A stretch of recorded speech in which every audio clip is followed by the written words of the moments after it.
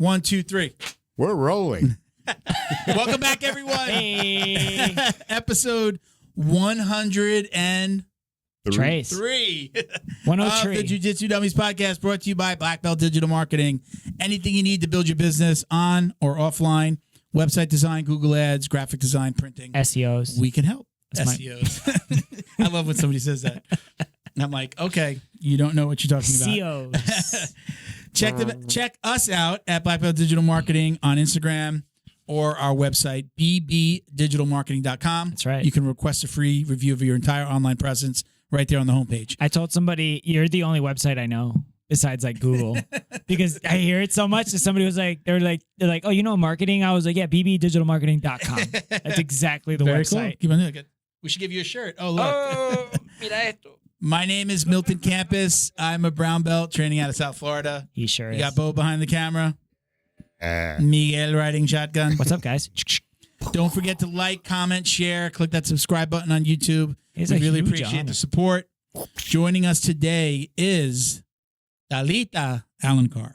Yeah, there you go. I don't know how to put the accent She'll on the let you Alencar. know. She'll let you know. Talita Alencar. How did you say to say it? Alencar, I guess. But Alencar? I speak Spanish. I don't know if Portuguese that's the Spanish way of is saying it. It's probably totally different. completely. We very much appreciate you coming on, Talita. We can't wait to talk to you in a few minutes. Quick shout outs. Who do we got? Who do you want to do first? Flow and roll. Throw Thank you to Sean and his crew. Hands down, the best custom gi and no gi gear in the business. Hands down. We were just talking about the pre-orders and our next idea, which Yeah. we won't share. Now you're in on the secret. Mysterious- now you're in on the Mysterious secret. Milton The next one that we is want to tell. back, ladies and gentlemen.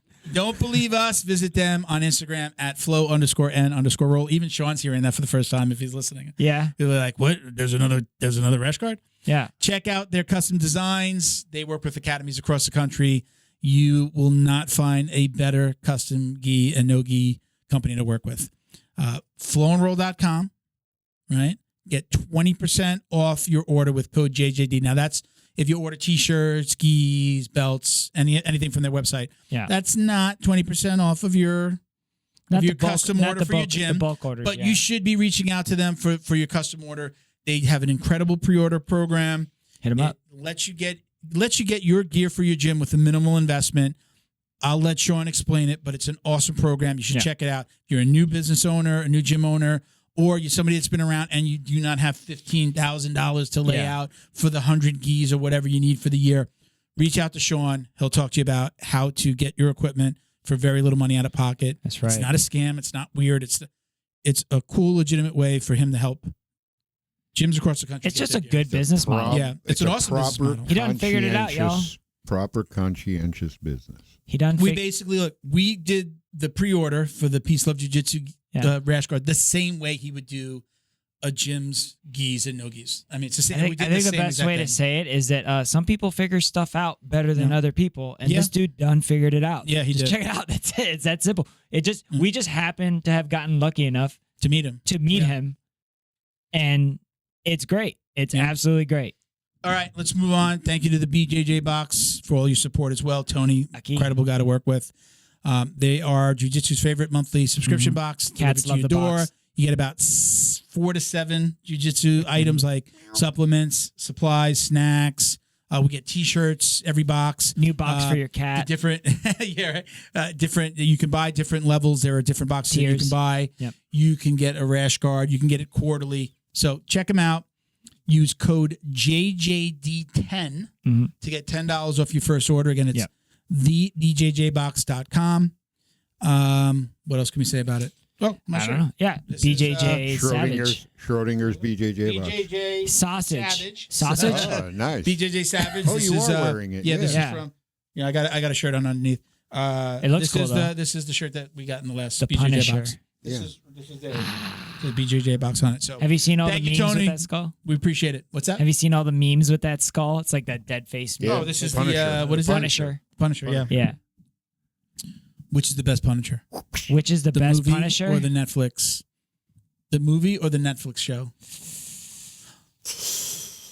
I'm just because I was a kid when the movie came out. The movie. No. I know. Have you watched the whole. I know. Yeah. I know No way. I know you're right, but I'm going like if you go like Miguel, what's faster, a 2021 Lamborghini Aventador or You lost me. a Maserati. I mean, not a Maserati, a Ferrari You lost me. Testarossa. You I'd be lost like, I choose a Don't Testarossa know cars. because I love it, What's not that? because it's fast. You know what I mean? Shout out to Neutral Zone CBD. No matter if your aches and pains are coming from lifting weights at the gym, rolling on the mats, or just the daily grind of life, which is the main reason I use it, sitting at a desk all day hunched over. Neutral Zone has a product for you. Find your Neutral Zone by finding the best product for your pain wellness so you can continue your active lifestyle. Yo, that roller's been crushing it in my life. What's that? The Neutral Zone roller. The roll on? Yeah. Yeah. Did I So pop I don't know. out? I don't know if you've noticed this, but like this guy named, have you heard of Gordon Ryan? Sounds familiar. Okay, so he's been doing like a lot of this smother tapping stuff. And Look, when yeah. Not lying. You ever been smother tapped, sir? The Gordon Ryan style smother tap? No, but I do the Abu Ghraib. Dude, that makes it look like Candyland. Yeah. Yep. Why? How do you know? Just you're seeing it. But Well, I've been under you've been you. smothered by me No, you don't smother tap. No, Gordon Ryan style smother tapping from the top. from the top with like that neck crank on the back of your neck, and then have like, dude, it is tremendous. I do amounts of pressure, even from people who aren't that strong. I can. I do the north. I love the north south. You know that. You should do smother tapping. So I've also do the Abu Ghraib is really when I understand. my belly's on the face. I've been there with a nice wet rash. Yeah, I've been there. I can I can't even just I can get somebody's face because somebody's going like this from side to side as you're trying to smother them, and I can get the head and catch it and then just straight nose, and then they can't move their face side to side anymore. Yeah, that's the true Abu Ghraib. Yeah. That's okay. That's the one that I think Junior actually named. While breaking their neck from the back. No, I'm kind of more on the if you embrace the break the neck part, find your neutral zone at that makes me sound like such a bully too, right? neutralzone.com. Use promo code JJD for 20% off. 25 off. 25% off at neutralzone. An extra 5% for that neck. Sorry, Mike. That's what I get for letting Miguel do part of the shout out. He didn't even give it to me. I was just kind of running with it. My neck hurts. My neck hurts. All right, let's jump right in. Let's get Talita in here. Let's do it. Welcome, Talita. How are you? I'm outstanding, and you? We're doing good. We're doing good. You can hear us fine. We can hear you, right? We're good. We're all set. Perfect. Yeah. Now we're Mac pros. There we go. We're Beats pros, headset pros now. We're certified. All right. Welcome to new generation. Thank you so much for doing this. I appreciate it. I know you have a really busy schedule. Mm-hmm. So let's dive right in. Where are you training right now? Where are you? I'm curl. Go ahead. No. Where are you? I know you're in South Florida. You're in Florida, but where are you now? I am in America top team right now, the headquarters. Okay. And I'm currently doing the same thing I do, triathlon, jiu-jitsu, spending full time and full sacrifice towards MMA. Very good. Congratulations. Living the lifestyle. Thank you. So I wish it was all true. It's all social media. No. you got to work for it, right? Yeah, it's hard. 100%. The prize comes at the end there. Being an athlete is a 100%. hard life. You are, or is it 3-0? 3-0 in Titan? 3-0 MMA, 3-0 yeah. Titan. Mm-hmm. I saw the your post from the last one. There was a nice throw. She got a nice throw, and then you wound up mounting and finishing her. Yes, 100%. How different does that feel versus when you competed in jiu-jitsu? Yeah. I mean, when I competed jiu-jitsu, it was by stage, there's a point that I was doing just because I have a lot of heart and I didn't have as much technique, but because I have so much heart, it makes me have exciting match, but at the same time, I was making a lot of mistakes, Mm-hmm. And then comes a middle term of my career that I'm more overthinking, and I'm thinking more and studying my opponents and becoming a real professional. And that's when I started to traveling the world and creating more opportunity towards my career. I never really planned to be a world champion, but I came from triathlon and etc. So and just made me a great competitor, you know. But man, MMA is just like a crazy infinite world like of like backgrounds, you know, because I don't only have wrestling and kickboxing and boxing. I have like taekwondo, I have like sambo. I have so much to put it together that's like overrounding. And I mean, not saying that jiu-jitsu is not challenging, because it's based on generations, you know, like you see warm guard and like a lapel and all these things now. But it doesn't mean that you don't see this MMA. It's like just changing by generation and renovations and people that are coming, you know, like talent people, hard work people, that it's just such a crazy word when you think it's so complex and think of, you know what I mean? You've mentioned a few disciplines in there. How long did you do Taekwondo?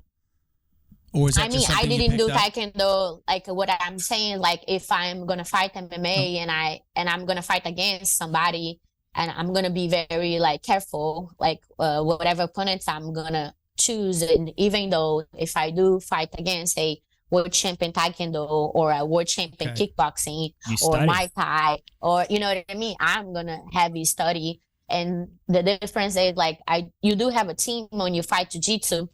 But you don't have a team like you have a team MMA. You don't have a management.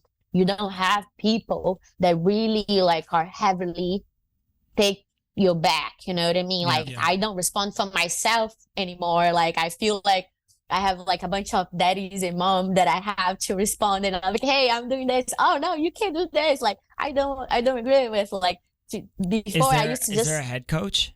For all there your is a head coach, there's a boxing coach. They all work together, you know, but I have a boxing coach, I have an MMA coach, I have a jiu-jitsu MMA coach, you know. Who writes your program? Yeah, we all, like in ATT, we all have a schedule, and when you in camp, you have prioritized training, but I thank God I'm a professional already in jiu-jitsu and another sport. And I have my own garage gym, you know, like I do my homework here, and I repeat this with my students, and I just perfect it, you know. And I'm specializing in self-defense in general, and just makes me even better at this, you know. So is you say you're training at American Top Team, all of your training is there now? Do you go to other gyms and still practice, or is it like no? I mean, obviously you're a jiu-jitsu pro, but your boxing, your wrestling, your everything is happening there at American Top Team now. Yes, everything happens in there, but I do most of my private training home because I don't want to share all my secrets. Yeah.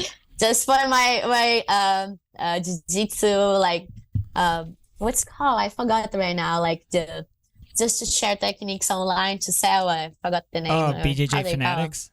Like BJJ Fanatics. I'm only going to share paid secrets now. Yeah, masterclass. Masterclass. What's really interesting is, so we've talked to several MMA people. I'm a huge MMA fan. I'm more of a behind the scenes MMA fan. So like stuff like what you're saying, like you have, you know, a head coach with all these other coaches. You're in-house. You're in a mega gym, you know, Dan Lambert's giant franchise, and you're at the headquarters of it, so that means you get everybody there. And yes, man, it's crazy. But it's also weird because it's how good you perform. There's people that are there that are new, and they don't get as much attention as you do, and you kind of have to earn that. There's competition within. And 100%. Like ATT is not just a business towards fighting; it's a university. You know.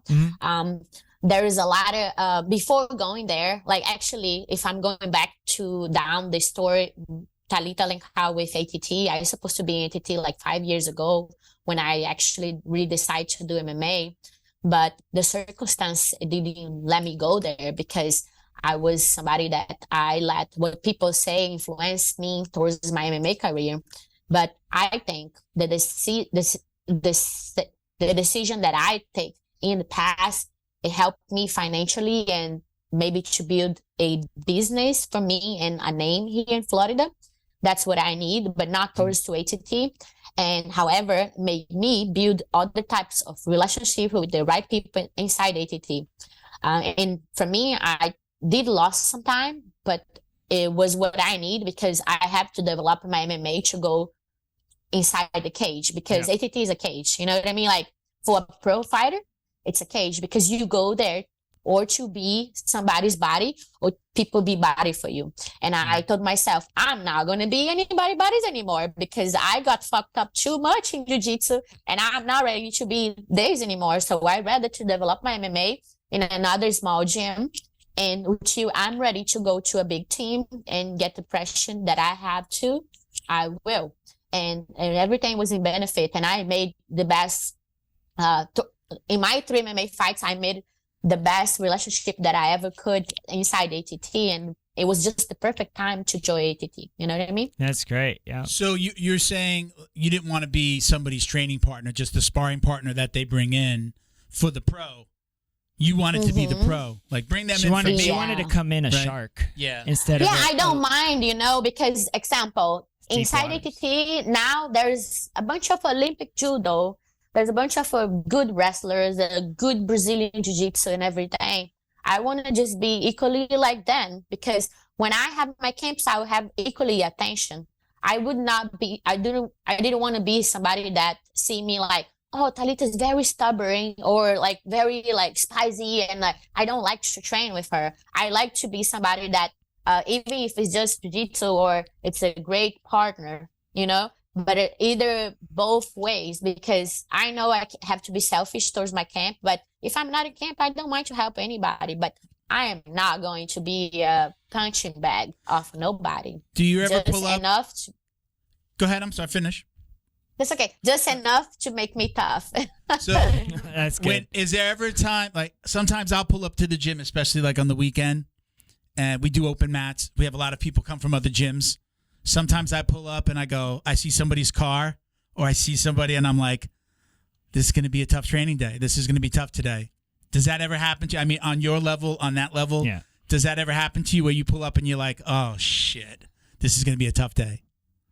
Not really because that's when they see her car. They see your car, right? They see your car and they're like, oh, I'm very competitive and like there is people inside the gym, every gym that I've been that I stay long or short term that when I see it, I'm like, fuck yeah, I'm going to get my ass beat or I'm going to survive today. And one thing that I learned towards my competition back and forth, like winning awards or getting second place and like very polemic matches that I had that people know me because of them.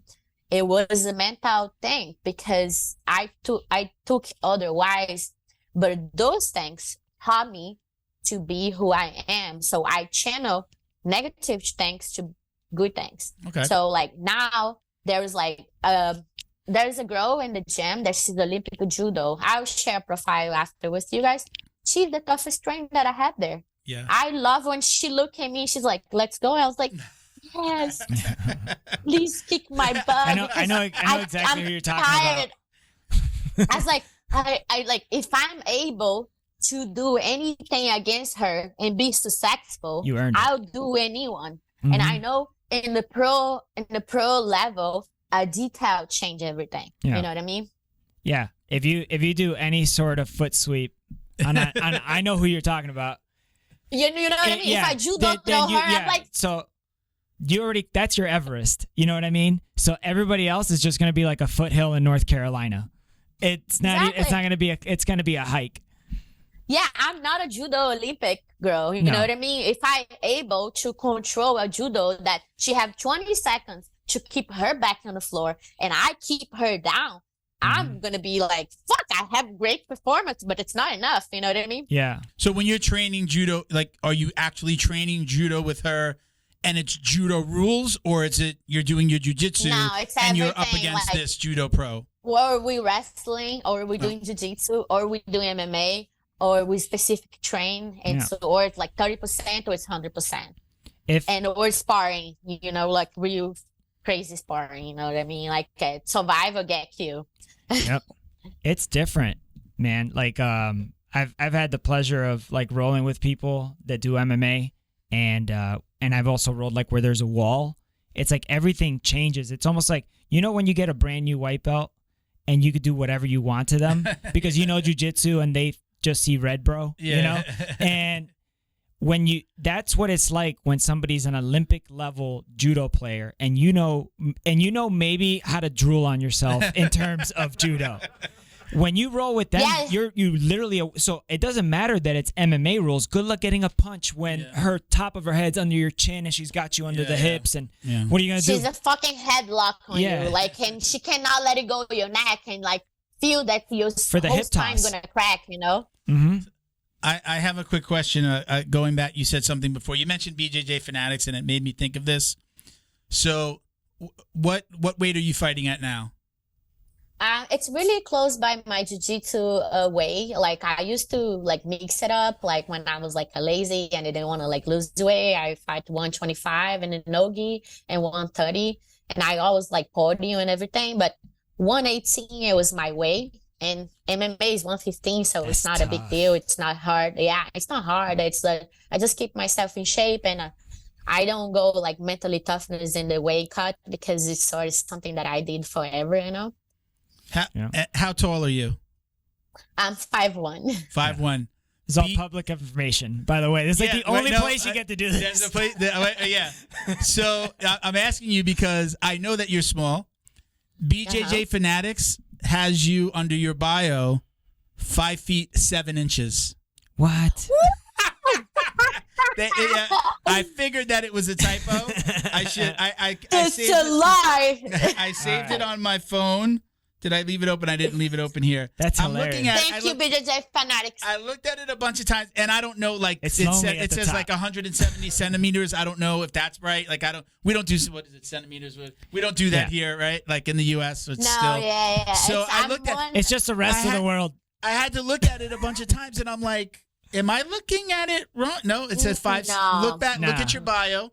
On BJJ Fanatics, it says 5'7". Let's not. Do you want us not to say nothing?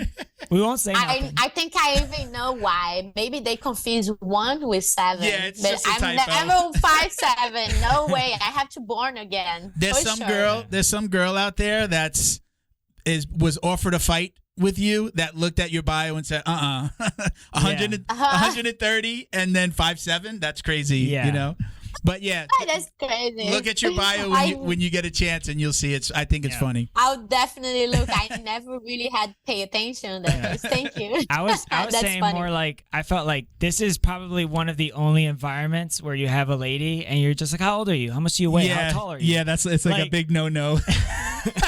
Yeah, no, I like most of ladies, they get like over rounding or like, I don't know why they don't like to share their age. I don't really care, you know, like I mean, well, if I Google you, it's the first thing that pops up. Yeah, I think exactly. You're doing this and then your public age, information. weight, in this context, in this forum, it's okay to ask a lady. How cool would it be if you could just Google your friends? I don't really care. Can we see those arms again? I wish we had like a Facebook, but it was just that. It was a Facebook, but the only thing is your current weight, height, you know, the last time you want to fight. I don't care if it's a street fight or whatever.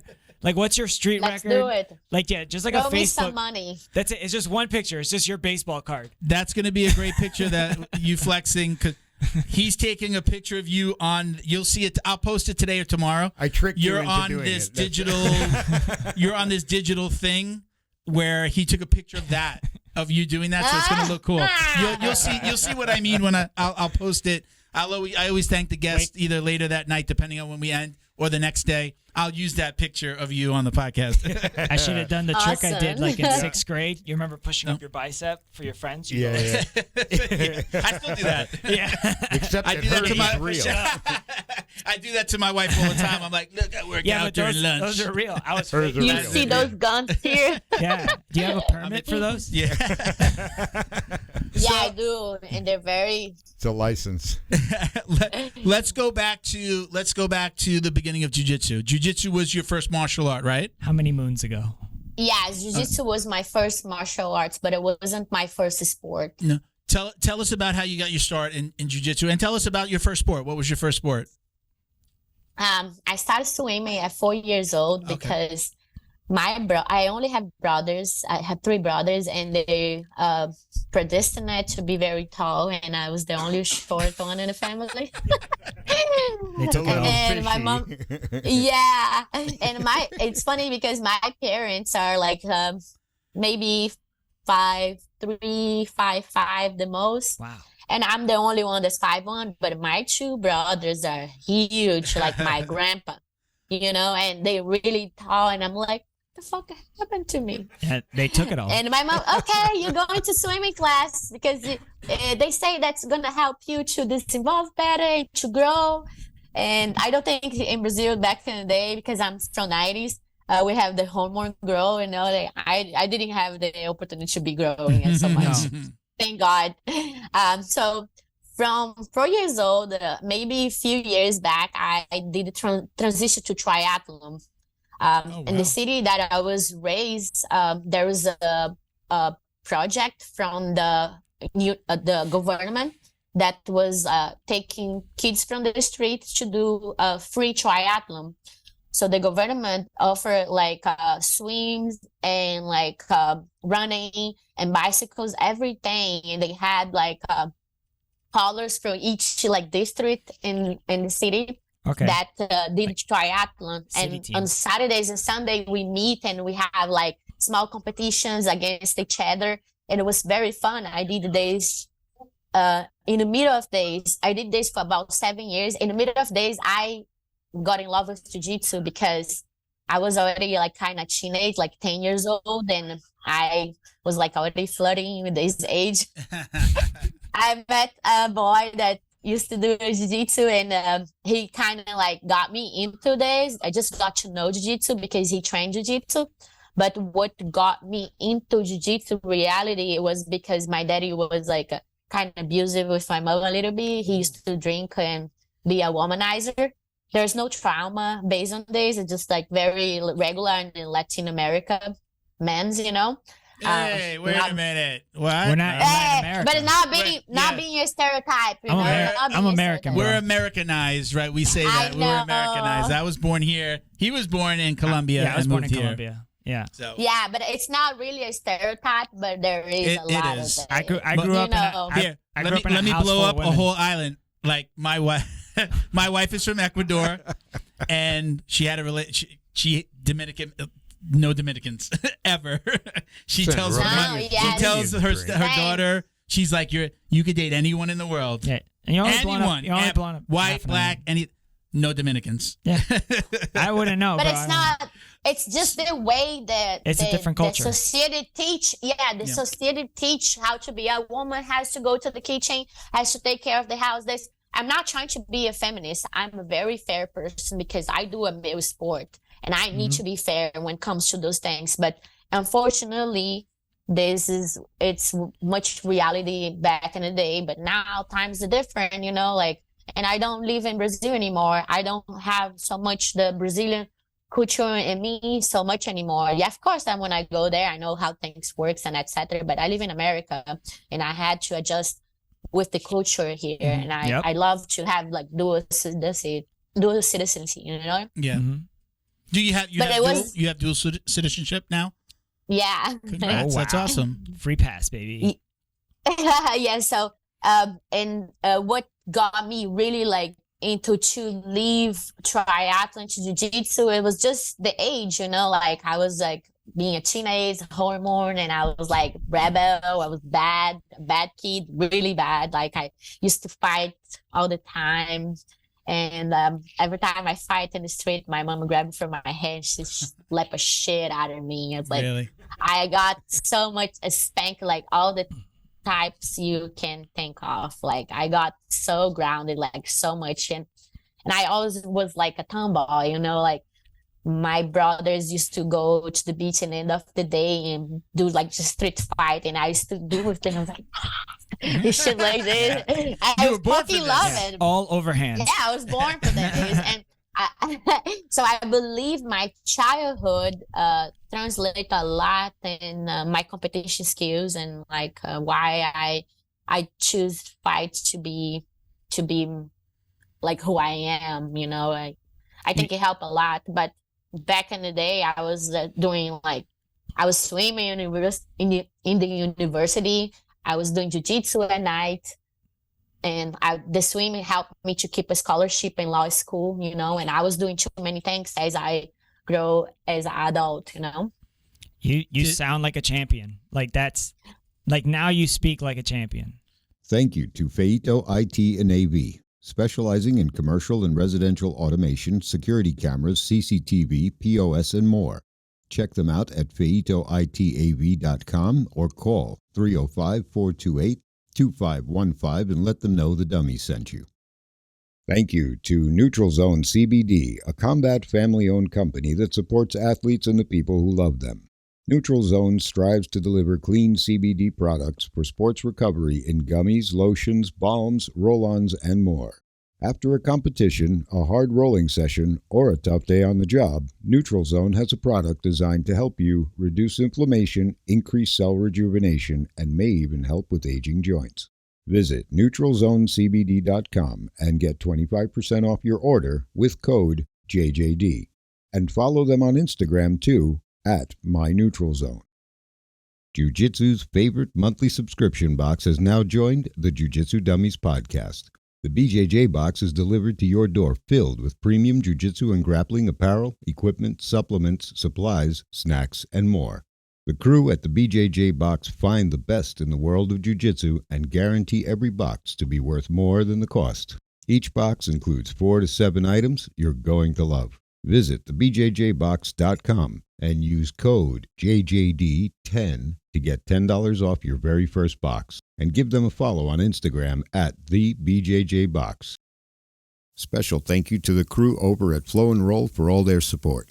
Flow and Roll is renowned for their incredible no-gi rash guards, shorts, and leggings. Flow and Roll has quickly become the premier custom apparel provider for academies big and small throughout the United States. Reach out today to discuss your custom order and ask about their incredible pre-order program. You can send an email to flowandroll@gmail.com or visit their Instagram at flow_n_roll and shoot them a direct message. And yes, they can create an awesome custom gi for your academy as well. Visit flowandroll.com to check out their awesome designs, and while you're there, pick up a Jiu-Jitsu Dummy signature tee exclusively at flowandroll.com. And remember, you'll get 20% off your purchase of t-shirts, rash guards, or gis with code JJD. Did you fall in love with jiu-jitsu right away? I mean, anybody who's taken it to your level, I know the answer is always yes. But how did you feel about jiu-jitsu when you first started? Was it like, I love this and I'm going to do this for the rest of my life? Or was it like, what am I doing? I'm here because the boy I like. Yeah, because I'm the type of person that they're very driving by a good challenging, and everything that feels that I can't do it, I feel like it releases like crazy hormone in my head, and I'm like, I'm not incapable to do this. I'm gonna fucking do it, and I will do well. And I have this thing coming, and I have a really strong mindset towards things, you know, like I know I have a really strong personality, and I think that was always very challenging for me. Everything that's challenging, and every time I do bad about something and I know I have the potential to do better, this keeps me, you know. But like I said, I did not ever plan to be a world champion. I never really planned this, like, okay, the day that I got to know jiu-jitsu, I want to be a world champion. My journey threw me in this direction, and I knew it was going to be towards competition, but I never knew that it would be fighting. But for sure, fighting is the most challenging in my life. When did you come to the U.S.? At what age? I think I was 20, if I'm not wrong. Okay. And did your competition success in jiu-jitsu start here, or were you making a name for yourself in Brazil? I was already making a name in Brazil. I moved to many cities in Brazil. I was born in a city. I got raised in another city. I was born in Maranhão. I was raised in Fortaleza, that's north of Brazil. And I went to Rio de Janeiro to live from jiu-jitsu. I left law school. I left everyone, my family, like good life. And I went to live by myself in a little small room, sleep in the gym when I could, and like saving money from food to pay like a bus to go to Mayor and train a JF team, you know. I did like pass a lot of necessities a lot, and I never forget. It's like fresh just talking about. But everything was really like worth it, you know. Yeah. What type of law were you going to practice? Did you know what you wanted to do? What do you mean? Law, Sorry. you said you were going to law school. You said, right? Oh yeah, I wanted to do criminal. Criminal law. I want to, yeah, because law, it's the same kind of in Brazil and the United States. You have to get a degree, like a bachelor, right? And then you have to pass in Brazil called OAB. It's like the bar. The bar. Here they call it the bar, Yes, yeah. yes. But the reality was go back towards my family. Like my mom never had the opportunity to have a degree, and her dream was like me and my brothers have a good life and at least like have a good school. I was the one that started like being towards like sport competition. And then my older brother followed. When I did triathlon, after a few years, my older brother started to do as well. And thank God, like I got my both brothers into jiu-jitsu a little bit, but it's not like their thing, you know, they like lifting stuff. But yeah, it's like sports has always been my life, you know. I really love what I do, pretty much. At what point did your mindset change from BJJ, I'm a world champ? What clicked that made you want to go into MMA? I mean, like, besides all people, I was telling my entire career saying like, hey, you have a really aggressive style, the honey badger, like the Tasman devil. Like I don't know how many nicknames I have, you know, like, why don't you do MMA? You're going to do so fine. And I'm like, I don't want to get punched in the face. It was the same thing I used to say about jiu-jitsu, like in the beginning, like right in the beginning. Oh, all the sweaty people, I don't want this. Nah, not for me. But it just totally changed my life. What's the point? Besides all people telling me that I had the perfect style for MMA, I'm the type of person that I'm never satisfied with anything I do. Even like I do good or bad in the training, I'm gonna get home and I'm gonna do my journal and I'm like, what do I need to get better at? You know? And I'm like, I'm gonna go to my garage and just to stretch and think of like what I can add on my journal besides all the 3 trains and 4-6 hours of training that I had today. And I mean, I just need a new challenge, you know, like I became world champion and my second year, I was supposed to be a world champion again, but I have a really polemic match with ex-opponent from GFT, and I let the mindset of the crowd fuck my head. And I supposed to be like 3 times gi world champion. I pay based on my mindset that it changed like right after. And I became no-gi world champion many times. I also did not plan. I was like, I'm gonna compete and let's see if I'm gonna win, you know. And definitely a big part of my mental set was my coach, Teodoro Canal in Brazil, and that's my forever coach, never gonna change. It's gonna be my forever coach that I gave like that. yeah, my forever coach that gave me my black belt, and is always present in my career no matter what, even being there in Brazil, you know. But I just need a new challenge, and I said like, okay, if I was able to write history in jiu-jitsu, why I cannot do MMA? I watched those, with all the respect, I watched those MMA girls fighting, and I'm like, what the fuck? I could have won this match already, you know. Yeah. Like sometimes you compare yourself and things that and your thoughts and the way you build your mind make stuff come true. You know what I mean? Mm-hmm.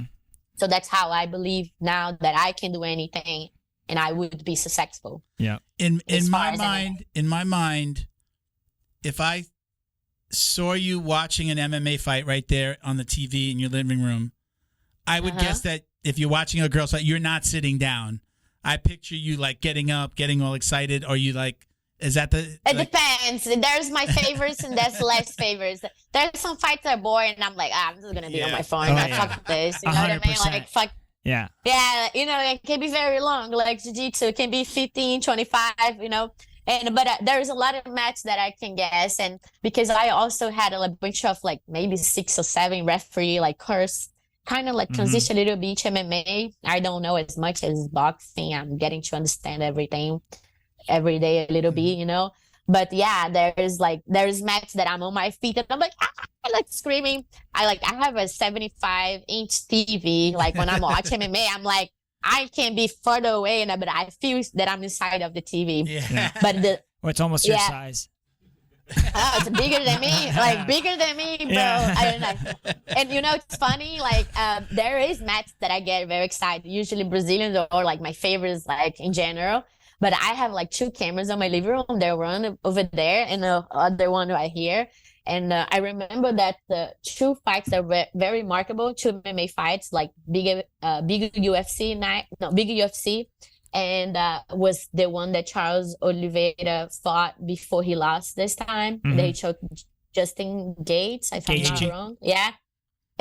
And there's one, like I had so many people in my living room and I was like, jiu-jitsu saved my life. Yeah.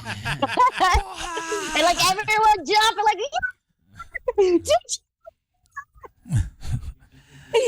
and the other one was the Chinese girl with the last one. Yeah. Whaley, yeah. Yeah, but I already knew that she was way beat more the Cookie rounded. Monster. Like, yeah.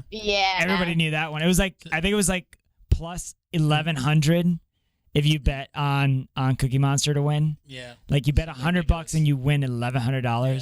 That's how you know. Yeah, imagine if I had $1 million in my bank account, I would double this money. Yeah, double it. No, you'd 1,100 it. Yeah. You'd be $1 billion. 11. You'd have $1.1 billion. Exactly. Do you get to train with some like you're just getting? I don't say just getting, but okay, you're fighting in Titan. Do you are you like sparring with like Joanna? Is she still training at ATT? Like, are you getting training in with high level people like that? I mean, I do train with high level people, but thank God, the only thing that I felt that I was not getting trained in other gyms that I train, it's the bodies. I really need like 0.25 as far as 130 sometimes. To 115 bodies to train, to develop, or to like bodies in general. I do not train with Johanna. I barely see her in ATT maybe 3 or 4 times. When I joined ATT, she was already retired from UFC from her last fight. She does still train, but she's backing for traveling, being a star right now. I was present one of her trains, but she never looked at me to train. Yeah. I mean, she trains with the girls that I train, and as far as grappling, she's fine defending like wall and etc. If she would add some like chain wrestling and grounding pound, like when you get pressure on the cage, like you throw elbows and etc., it would be a game change, of course, for her. But as far as jiu-jitsu, I think I could fully dominate in this aspect, Now, 100%, because I see like the girls that they train. Yeah. Yeah, I'm not cocky at all, but I'm telling you, I see a lot of things. But I mean, when you put everything together, it's different, I have. As far as grappling exchange. Earlier, you said when you were doing jiu-jitsu and you would watch MMA, you'd be like, oh, I could have 100. If I got the fight there, it would have been over in 2 seconds, right? You said that. But there's a really big difference between jiu-jitsu and MMA, and I just want to hear your opinion on it. In jiu-jitsu, you see a really competitive high-level person. I'm not even going to say belt, just high-level person. You see it, and you're like, there is a 100% chance I'm going to lose with my current skill set, cardio, whatever. In MMA, there is a puncher's chance that there isn't in jiu-jitsu. And I think that's the big key difference. Do you feel the same way? 100%. I fully agree with you. It can change a lot. And the best example of days, with all the respect, is Rodolfo Vieira. And you guys see it, like there is very good performance of him, and there was some performance that we expect more of him, but this is part of the sport, you know. I was also Rodolfo teammates, and I like to acknowledge a lot of jiu-jitsu people background that came from MMA experience in the cage. It's very important to keep your saddle in the ground these days. But I mean, when you decide to do MMA, you got to spar. You got to get punch. You got to like feel the punch. You can't procrastinate. You can't go to the gym a sparring day and say, oh, I'm going to choose my train. You cannot choose your train. You need to face whatever when you change a partner, you look into the side, whatever partner finds that's based on your weight, you got to choose spar, you know. You can't like be there if you're not in camp, of course. You can't be there. It's like, I'm not sparring today. I'm just going to do cardio. I mean, as much as you practice something, you get better at it. And you need to feel comfortable getting punched. This sounds like school. Yeah, it is. It's just muscle memory, bro. It doesn't change from the sport to sport. And of course, there's my biggest challenge in the beginning was like to translate everything together. And like, if you guys watch, my first fight was or striking or clinch or chain wrestling in ground and pound. And when you are able to translate everything together, you are able to head position, boxing, move, fake, and transition to your grounding pound, to your punch, to the 4 range, safe range, kickbox range, middle range, and jiu-jitsu range, you know what I mean? Close range. So like, it's really complex to talk about this, but I fully agree with you.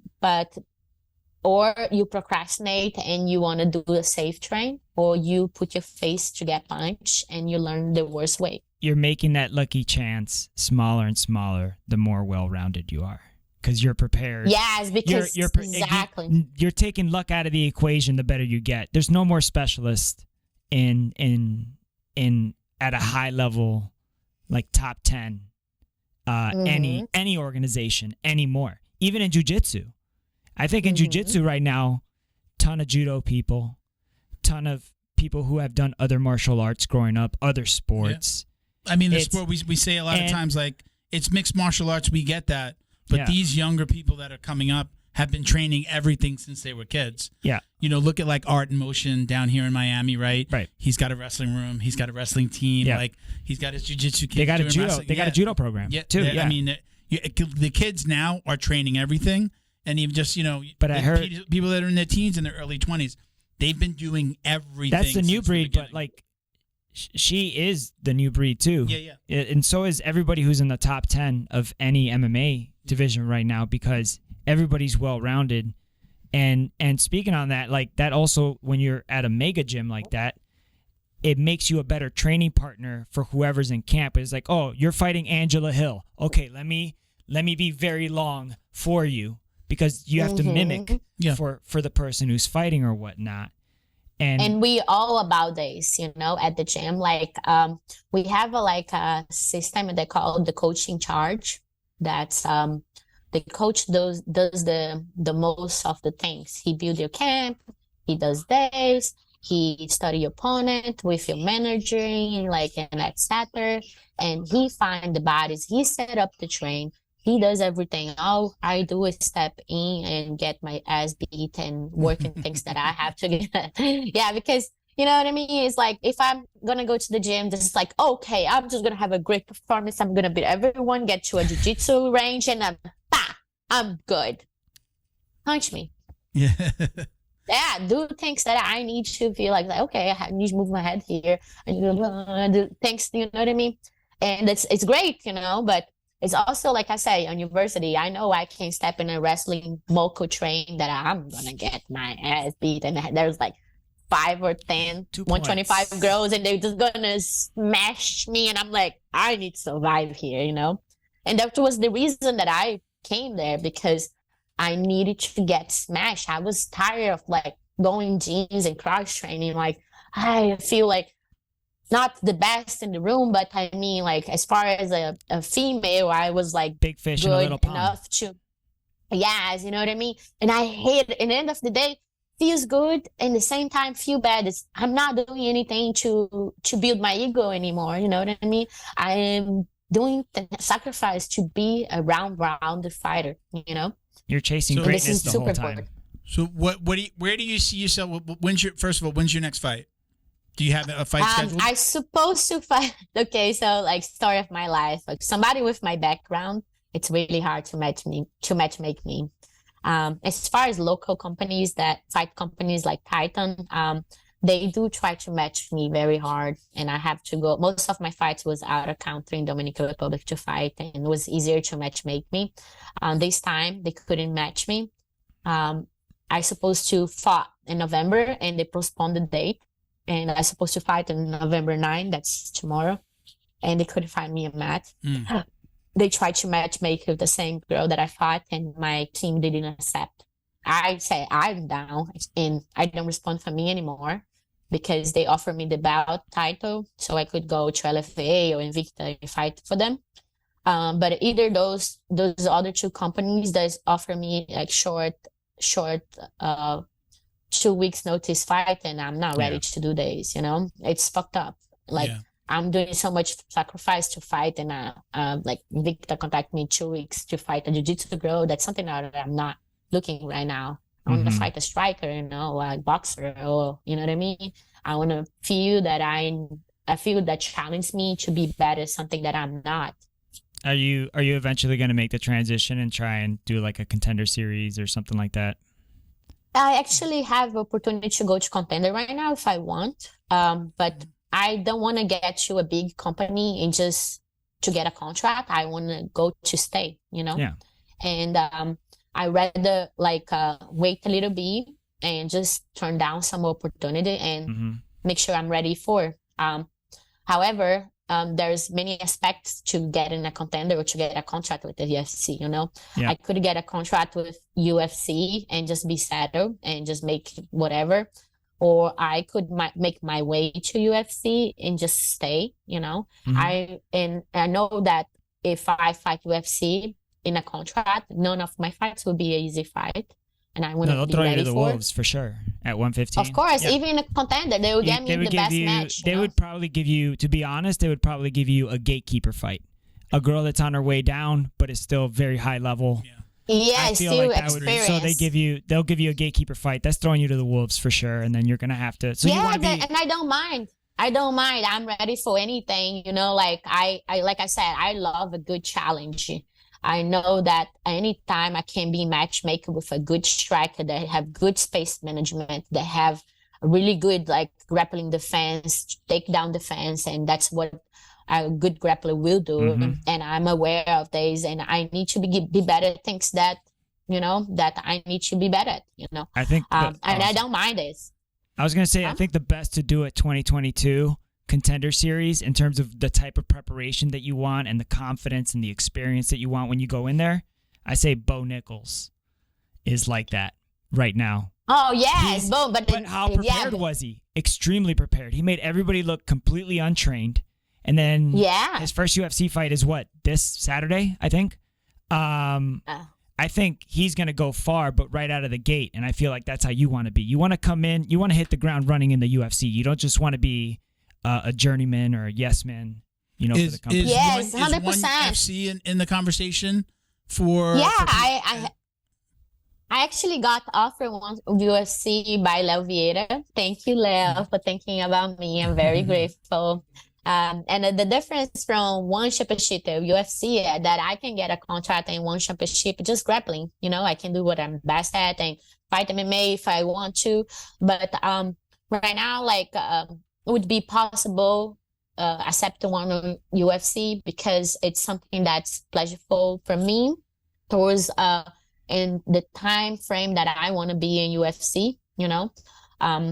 And there is other possibilities too. We're not talking about PFL. We're not talking about Bellator. You know, like PFL is open in 2023, $125 to $1 million. and then maybe in a few years they'll get 115, so I believe there's a lot of opportunity to be a millionaire, and I'm on top of that. Yeah. I'm on top of them. $1 million check isn't so bad after a season of fighting, right? No, besides the tax and everything, I don't really care. So- Yeah. I just want to make the Can we go back to something you said before too? You said business. You were talking about business and your business. yeah. What business, I'm other than business. training, what business are you in? What are you doing?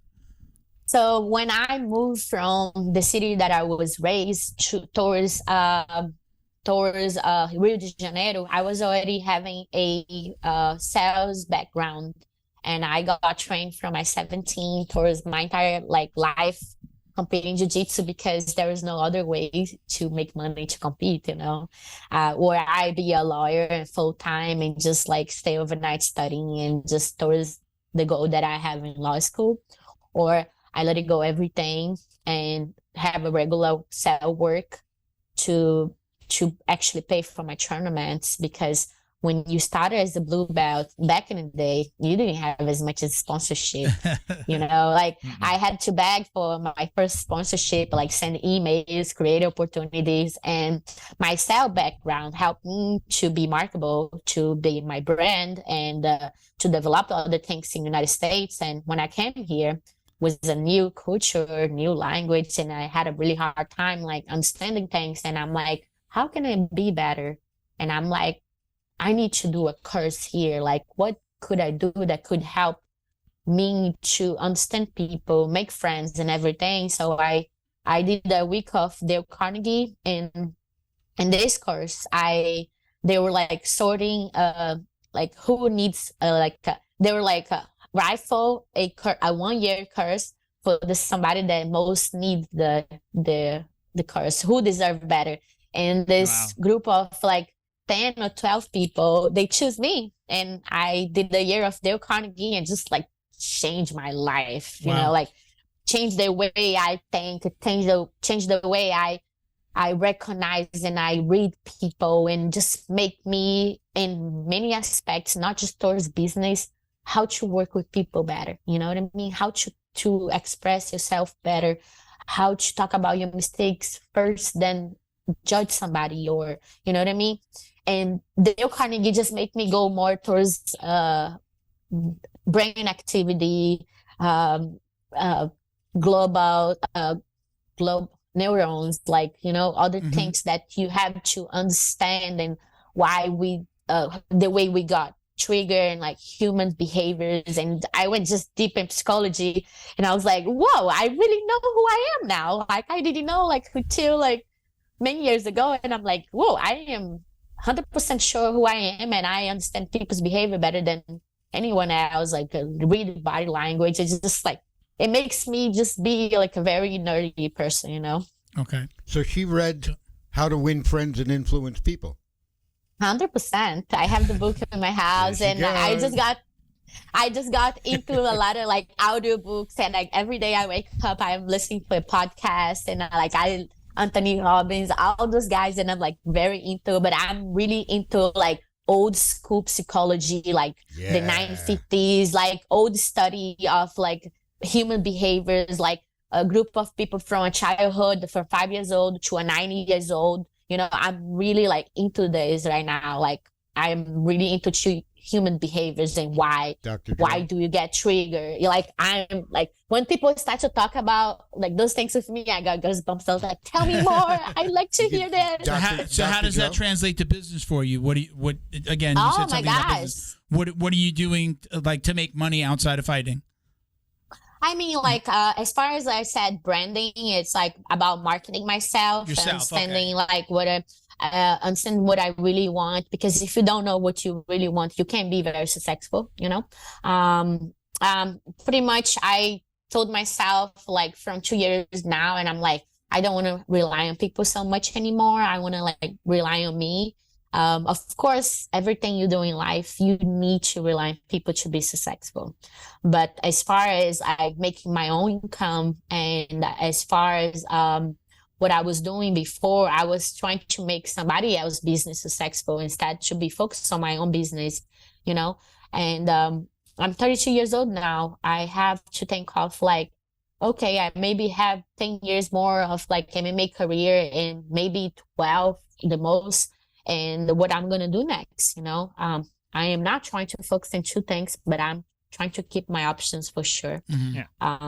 I know that if I one day stop fighting MMA for some reason, I still have a bright career in jiu-jitsu because I'm really good. Then I would be as competitive as I stop. Would you ever open a gym? Is that something that you see in? It is as you get one older? option. Yeah. As one option, I help too many people to build their gym. I used to call me pro grappler used to call me jiu-jitsu gypsy, but it was not even really jiu-jitsu gypsy. It was like I had too many friends open new gyms, and I was already good, the kind of human who's resource based on the training that I had in the cells. And I'm very organized, the ATD, like tanks, like my house is clean, like nice lighting, like everything's organized, my sporting clothes and everything, like in every aspect. And they always took me to their gym to help, like kind of like give a different color and help in different aspects that they couldn't do it. And I used to call me like jiu-jitsu babysitter, academy, jiu-jitsu, what's it called? Your jiu-jitsu rescue is what it is. It sounds like jiu-jitsu gym babysitter. Yeah, jiu-jitsu gym babysitter, Milton, like. You've talks gone about in, this you've all the gone time. in and helped. You've said, I've heard you talk about it. You've gone in and you've helped them make their gyms better. Yeah. Exactly. Right? Like, and that was one of the reasons that I came to Florida to like help somebody, a rich man, to open a jiu-jitsu gym just to make it successful, Yeah. You say it all the time. Just because they're good at jiu-jitsu doesn't mean they're good at business. Yeah, that's hard. Exactly. That's very hard to find. It's usually you get one or the other. You get a great businessman and all you're doing is learning side control and Kimuras. Or you get a guy that is a John Danaher level guy, but doesn't even have my first gym. My coach was amazing. I was probably in my 230s. He was 265, shorter than me. So I learned that whole kind of takedown, stay on top, pressure, smash pass. So it was like a perfect fit for me. I own a marketing company. I've been in marketing for about 16 years, and he was horrible at marketing. I mean, I built the website and we never launched it because he wouldn't give me your bio information. Check this. I need the merchant account for the T-shirt. Because I just wouldn't get anything. Procrastinate so much. He was great. I learned so much. I was helping coach right away. That's not his fault. I was already in my, I was in my 40s when I started, so I was a grown man. I had a different mindset, and he was horrible at marketing. The gym closed after 2 years. We had no marketing. You have to be open during the day. You have to, it's like opening at 5:30. You're not going to develop a kids program. You have to have the aftercare. Never. It just was at a time where things were changing, and you had Fight Sports right around the corner with Felipe. Killing it, and again, marketing. Picking up the kids from the schools, and I mean, it was just like you're not going to be able to. That's the other Milton saying, "Get the mom in the gym, and the rest of the family will follow." Yeah, if you can get, you target the mom. You target like the mom that has the kid. Get them in, right? Bullying ads and things like get them in the gym, and then I know in our gym, it's rare that a parent doesn't start training. Doesn't stay. One of them. It's the kid gets on the mat, and then the parents are in the adults class eventually. One, if not both. How many families do we have? Like Ray and his wife. Even my gym. There's a whole bunch of people families that are the kids started, and now mom and dad are training. And I mentioned I know you competed against her. I look back at I saw your record. You competed against my coach, one of my Sophia. Yeah. I love her. Yeah, she's they're incredible. I love both of them, and they have two different styles. So it's great when sometimes I'm always learning from Felipe, and she had we separate the girls sometimes. Like sometimes she just coaches the girls. So when they put us together when Felipe's away, everybody's always excited because her jiu-jitsu is so different. So it's really fun to learn from her. Spider guard. But I think that's one of the reasons why we get so many parents, especially the women, because you have that husband-wife pair, And she'll be after the women. Come on, try it. Get it, put it on a gi. Here's a gi. Don't worry, come on. And she gets them, and they get addicted, and I think cool. That's very essential. Like in a business, even in a jiu-jitsu gym that's just jiu-jitsu. Okay, having a partner. Okay, or you have a partner, blind partner, doesn't matter. As far as you see a man running a gym, you know that's going to be successful. But always behind a man, there's a woman. Can be just a woman that stay on the front desk is good. Whatever she do as far as ADM or marketing or whatever, or if she's also do all of this, she understand business and she does teach it as well. Yeah. We're aware that women learn different than men's. Of course, they're a good coach in general. He will know how to read each student. Each person learn differently. Okay. And as far as you put a bunch of women together, if you don't have a close in connection with them, you're not going to be able to do perfectly well, and you need to break the ice and have this connection. And Sophia is amazing. I didn't met her husband, and they're just amazing together. I always when I see her, I was like, "Oh, your booty's so huge!" And I always try to break the ice because I hate the competitive environment. I don't compete against people to prove that I'm the best. I just want to have a great performance. And she's definitely somebody challenge to compete against. I love her butterfly guard. I don't think I ever compete if I can be wrong on the gi with her. If I did, I just forgot. I'm sorry. But I'm sure their gym's very successful. And as you said, as a family, I'm a taker. If I have a gym, everyone that step in the door, for me, it's a potential client. You can make money through them. However, if it's an introductory class, if it's a self-defense class, it's a kickboxing class, it's anything, or even fitness, for me, it's very important to take advantage of everyone that step in the door. You know what I mean? It's funny because, in our school, we've talked about this a lot on the podcast. Sometimes we have more women training in the evening in the adults class than men. I've been there. And it wasn't always like that, but because they started doing fitness classes for women, just women. We actually we have a pretty big facility compared to the average jiu-jitsu only gym. And you're only 10 minutes apart, by the way. They turned the office areas into a whole nother room, pretty big, and sometimes the women just train on that side. So sometimes it's funny because we'll do the warm-ups and we'll be done, the guys will be done, and you can hear them still warming up for another 10 minutes. Her classes are hard. She's tougher. When she comes over, that's what I'm talking about. The only thing that I don't like when she comes and she runs the entire class for men and women is that the warm-ups are twice as long and twice as hard. Yeah, but you're a brown belt. You just stand like this. Now, look, it's not just about the warm-up. It's about the foundation, the warm-up. Women are more perfectionist than men, okay? And I'm not saying that men cannot be perfectionists. I'm just putting it over there.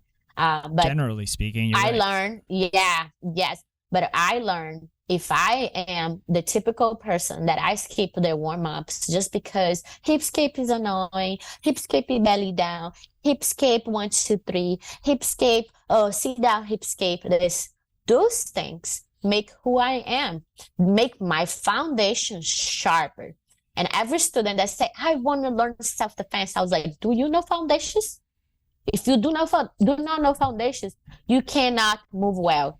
It's like, oh, but it's so good at guard. It's like, do you know why somebody have a hard time to pass my guard that doesn't pass my guard? Because of my foundations. And I think people that skip the warm-up, they're lazy. Yeah, they are. For the record, I never skip. I know. I'm not saying you did. I was making a joke.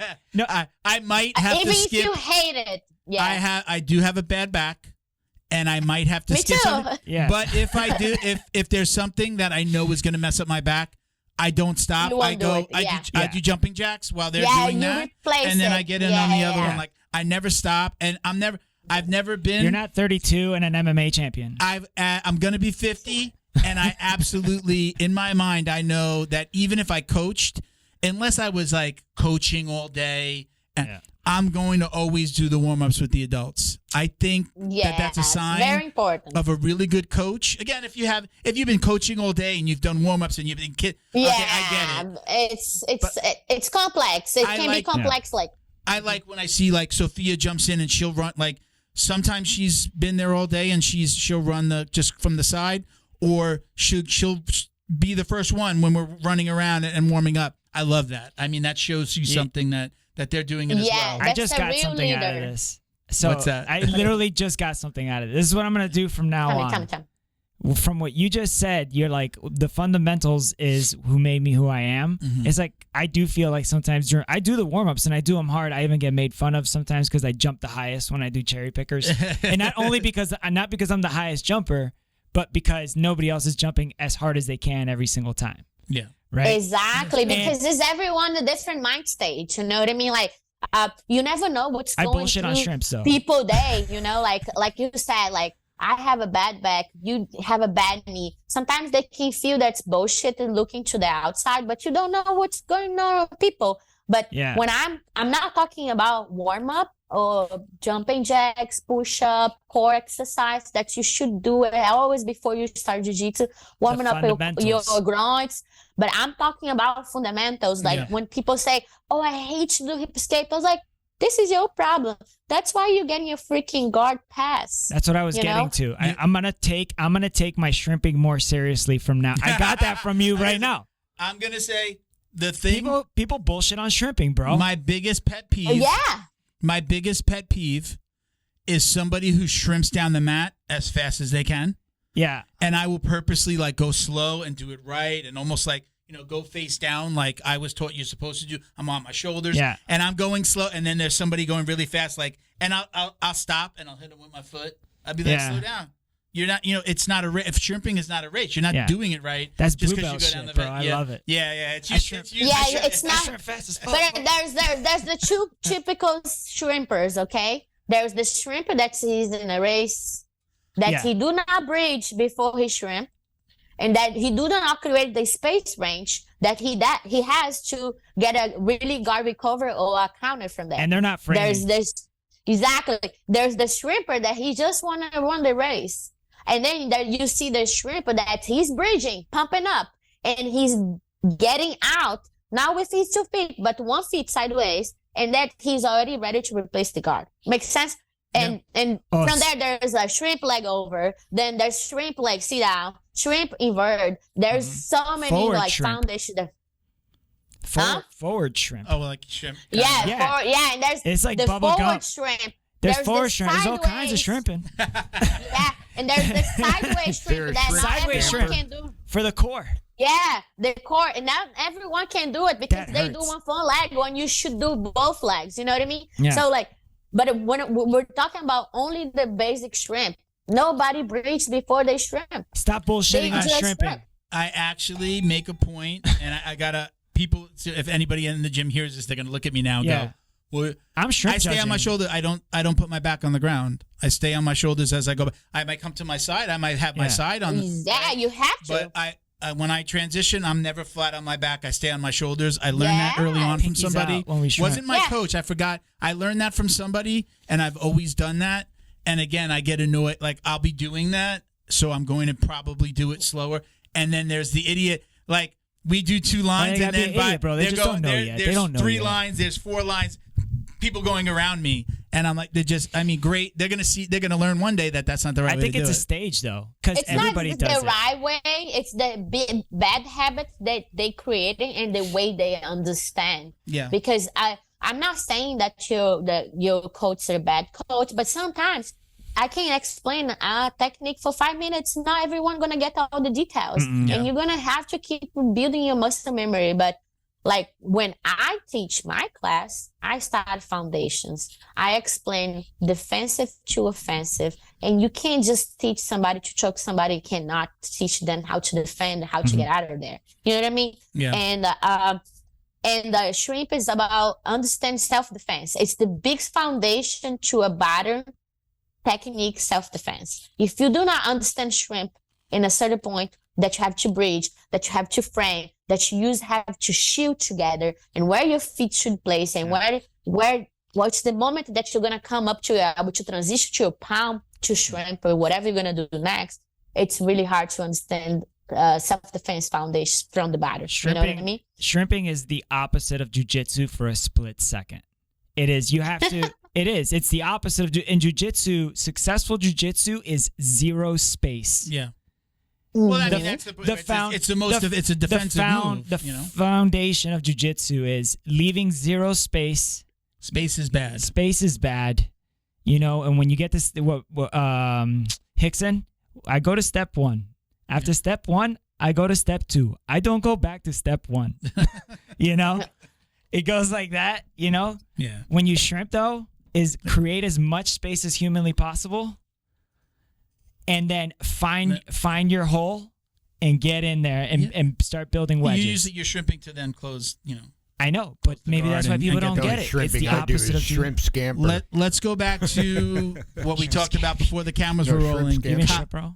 Cauliflower ear. We were talking about Okay. cauliflower ear. Do you have cauliflower ear? Very lightly. I have more in the left and less in the right, but very lightly. I just got one. I used. I never really fully wrapped my ear because every time I kind of saw the gi kind of burning off, or I got a knee or an elbow there by mistake. I really deep head pressure, side control there, and I felt my ear. It got in on my always eyes, no matter how much painful it was, and I always try to squeeze. And I have I don't know if everyone does this. I have a crazy technique that I got my ear and I smash sideways inside. And I literally do I just grab my ear, literally like this, and I just squeeze and turn and do this. To and, get the liquid out, right? You're trying to get the... She's working. Yes, You're just keeping make it mobile. Yeah, just do this all the time, and it feels burning after. That's going to but, be a gift now, just to let you know. Yeah, no, literally, you do things like this that you... And I always was really strong days. I'm not having cauliflower ears. I used to watch a video that's very funny. I just forgot his name, but he's GFT in Fortaleza. There's a really funny video that I'll share with you guys later. That he have a YouTube channel from people that wanted to have a cauliflower ear. He was literally using his knee and using the chair in the ear to explode the ear. It's it's funny. For and fake? I'm how people to get a cauliflower ear. It was a professional cauliflower ear guy. Are you serious? And I'm Yeah. I am not joking. I have to find his profile. He's the daddy one of my friends, and I've been there to train a few times, and I was one of the people that kind of got into GFT in Rio and Israel and all the kids that's very talented from there. Mhm. And that's his daddy. And there's he was sunglasses on YouTube and literally beating the shit out of the guy to fuck his ear, literally for the ear. Wow. I have very big ears. I've always had big ears, especially if I lose weight. My ears look tremendous. Yeah. My friends used to make fun of me. People have called me Dumbo. My daughter has my ears. Dumbo. But because I'm big and I'm heavy now, Kids don't they know what kinda Dumbo fit. is anymore. I You're have good. a friend that used to say when he would drive behind me in the car at night and his lights would be on, that he could see my ears, the lights That's would hit the ears. awesome. That's how big my ears You are. had good friends. I've always dreaded, I'm it's going to happen eventually. I've never had cauliflower ear. We talked about this too before. People would be like, oh, you train jiu-jitsu? How come you don't have cauliflower ear? And I'm just I don't know. It's never happened. I'm a bigger guy. I'm usually more on top. I don't have a lot of people smashing me in my ear. It just hasn't happened to me that way in the gyms that I've trained in. Did you hear So I just Steve-O? don't feel like That's I've ever got great. it. Did you hear Steve-O talk about this? No. So Steve-O tried to get cauliflower ear. That's what And she's saying. Francis Ngannou, John Jones, I'm sorry. John Jones tried to give him cauliflower ear. A whole bunch of MMA fighters. He went gym to gym. He said John Jones put the championship belt on him and was just punching him. And he just doesn't get cauliflower ear. It sounds like what she was just saying. Yeah, exactly. With the guy trying to give people. But what I'm also saying is I think maybe some people get it and some people don't. I've gotten a little bit inside, not on the outside. That's what I in have. here. Yeah. Yeah, me too. That's what I have. I get a little pain in there. I don't know why that only ear in that spot. Yeah. Right where that curve comes in, in Yeah. here a little bit. But never. I mean, look at this thing. Yeah. You know, like it's like I got- ready for cauliflower I ear. got big ears. Every bro. once in a while, though, like I'll be in a position where like somebody was like rubbing against it. I'm just like, oh my god, that's gonna hurt That's tomorrow. it. And Yeah. I just haven't gotten it. That hasn't happened. We're the lucky ones. I don't know. Yeah. No, but you're lucky because most of people when they see me and they say, "Are you a bodybuilding? Do you have fitness model or something?" I'm like, "Do I look like a bodybuilder?" It's like, "Yeah, you're very fit. Do you lift a lot? Like, do you do arms a lot?" And I'm like, "No. Sometimes I say, yes, I'm a bodybuilder. I'm joking. I'm a fighter. You're a fighter. You're too pretty to be a fighter. Let me see your ear. Let me see your hands."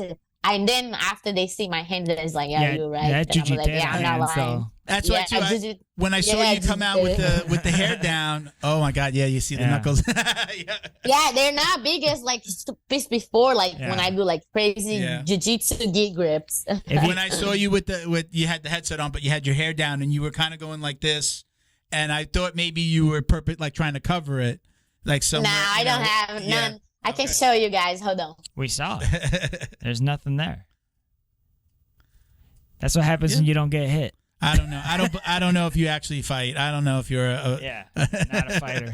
Yeah. I mean, it looks that one. It looks that ear. Your right ear looks a little different. I think that's from the other one, but I mean, you wouldn't be able to tell.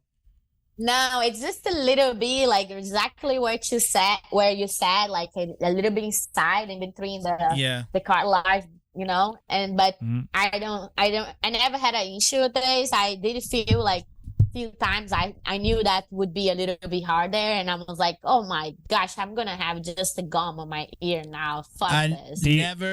Never. I always worried about it. Like, oh god, I know it's gonna happen. I wrestled a little bit in junior high. We had the headgear. I'm like, I don't want to be the only guy wearing the headgear. Everybody wore headgear. And then I just didn't. I'm like, oh, I'll just let it happen. And then it never You're talking about during practice? In wrestling? Yeah. You had to. They made you wear the headgear in practice. In my high school, you didn't have to during practice, but you had to during your match. No, absolutely had to wear it. It was required. Yeah. Yeah. There was no getting around it. Cool. Yeah. I wish I went to your high school. I do have we had got a couple listener questions. Nice I took out one that I liked.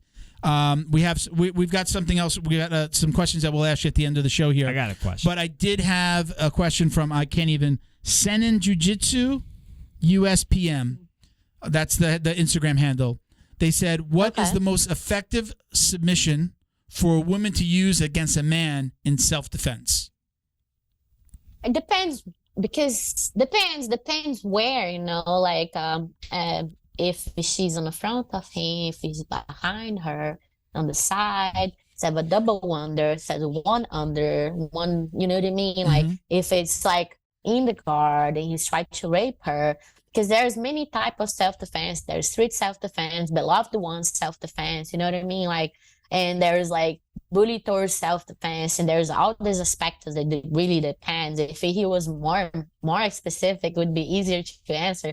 But I mean, like, if we were gonna talk about the typical rape, like a woman has to be an actress, you know what I mean? If she really know how to use her guard, she can do many things from there. Of course, the guy can force himself in, just take the clothes and just do the job, you know. But if a guy tried to really like get in this position for me, I would break his arm, choke a shit out of him. And I was like, come here, baby, get into my guard. Yeah, come down on me. I'm like trying the shit out of him. You know what I mean? Can be stronger if he doesn't, you know, understand. I'm just gonna push and pull, kick the chest, and boom, feet in the nose. You know what I mean? Like break the jawline. And if I get on top, he's fucked. You know. So it really depends. So the best move is to train. The best one move you could do is go out there and learn how to defend yourself. Train tonight. I know, like, in a situation where you're getting attacked. I like that answer. Number one, run if you can. Number two, scream as loud as you can. Draw attention to yourself. But yeah, I mean, it's kind of an open-ended question, right? It really depends on how you're being attacked. It really depends on this exactly because. But what you come towards me, because I'm specialized on this, like, I mean, like, depends how he gonna attack me, you know? Yeah.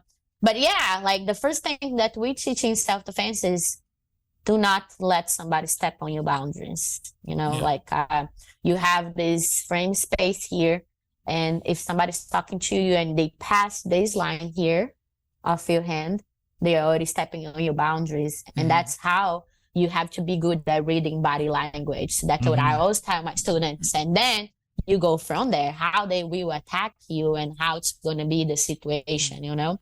But for sure, the first thing it's like a language signs, then language and movement sign. Then you're going to have a great footworking because you're going to go backward, forward, sideways, circle, and just get the fuck out. Yep. If you're against the wall, it's totally different. You know what I mean? If you are like in the body or in the guard, it's also totally different. Depends where you're at. They're side control, they're on your back, you know what I mean? Or your guard.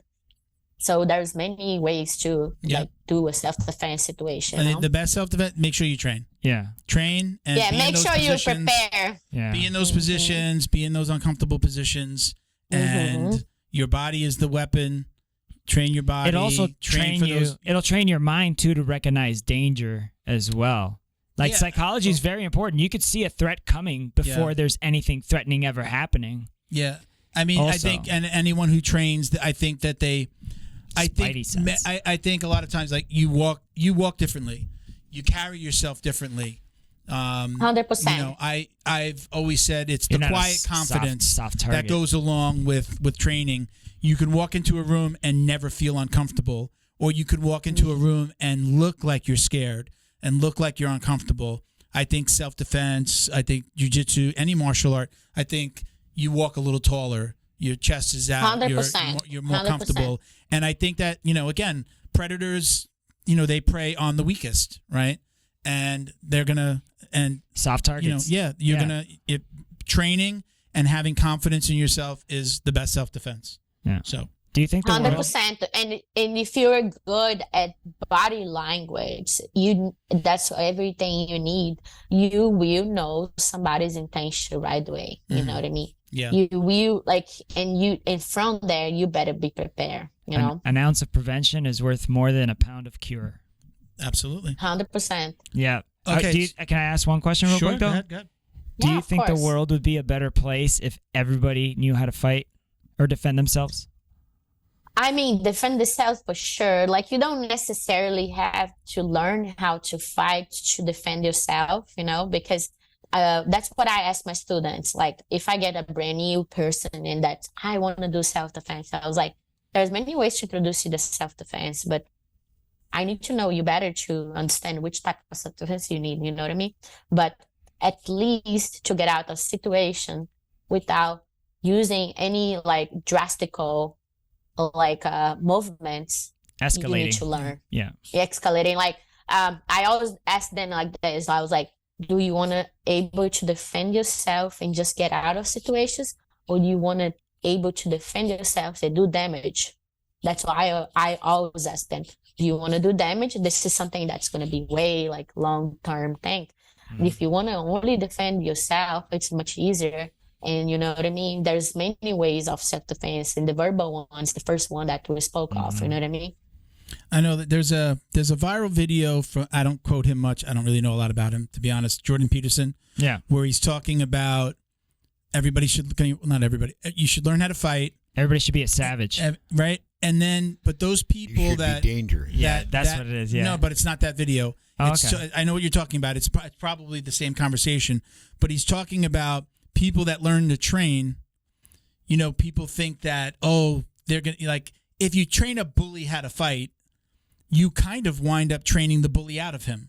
I'm not saying that's not what he says, but learn how to fight, but you're also learning how to control that aggression, right? So somebody who's aggressive and doesn't know how to fight is usually a bully, right? They're looking for the confrontation. And they're picking as easy soon as targets, you learn how to fight, you go, oh, number one, I don't know what this other person knows. I may get into a situation where I'm looking at you, you're 5'1", and I act aggressively with you, and you knock me on my ass and choke me out. Try to get cute. Right? Like, knowing how to train also trains you to control your aggression. Again, I'm paraphrasing what he said, but that specific 100%. viral video is, it's really smart to learn how to fight. Like, I think people are always scared for a bully.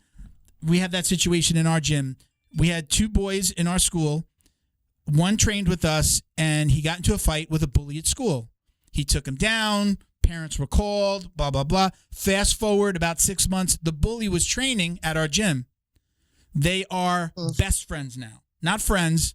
I asked Mauricio the other day because I tell him, I always talk about that story. He goes, no, they're not friends. They're best friends. Best friends. They are best friends now. The bully and the bullied, who protected himself before this other kid really knew how to fight. And now I couldn't imagine those boys going out and looking for a fight. He showed him the truth. Yeah, I can never. I But can't why? imagine any of the kids in our school. They're so confident on that mat, and then they're so playful when they're away, and they're just great kids. Yeah. And none of those kids, I don't hear like those kids are never getting into trouble. A lot of jiu-jitsu dudes are like that, bro. Yeah. I mean, it calms you down. I mean, it's number one, you're getting out any aggression that you might have, but you're also learning. Number one, I don't want to hurt somebody. Number two, I don't know what that other person knows, and I could be the one getting hurt, right? Is there anything cooler than a 40-year-old 3-stripe brown belt? It's a cool dude. All right, we're gonna move on. Let's move into Bo. What are we gonna do? Where are we going? The drill down. The drill down. We call this right. segment the drill down. These are questions that we ask just about every guest. There's a variation of these, so they'll make sense when we start to ask them. You can elaborate on the answers. Feel free. So, gi preference. Your gi or no gi? I can't decide. No preference? No preference because gi made me who I am, and I'm in love with jiu-jitsu, so I can't tell you. I like that answer. We've gotten a both. similar answer before, so we get it. Yeah. So, takedown or pull guard?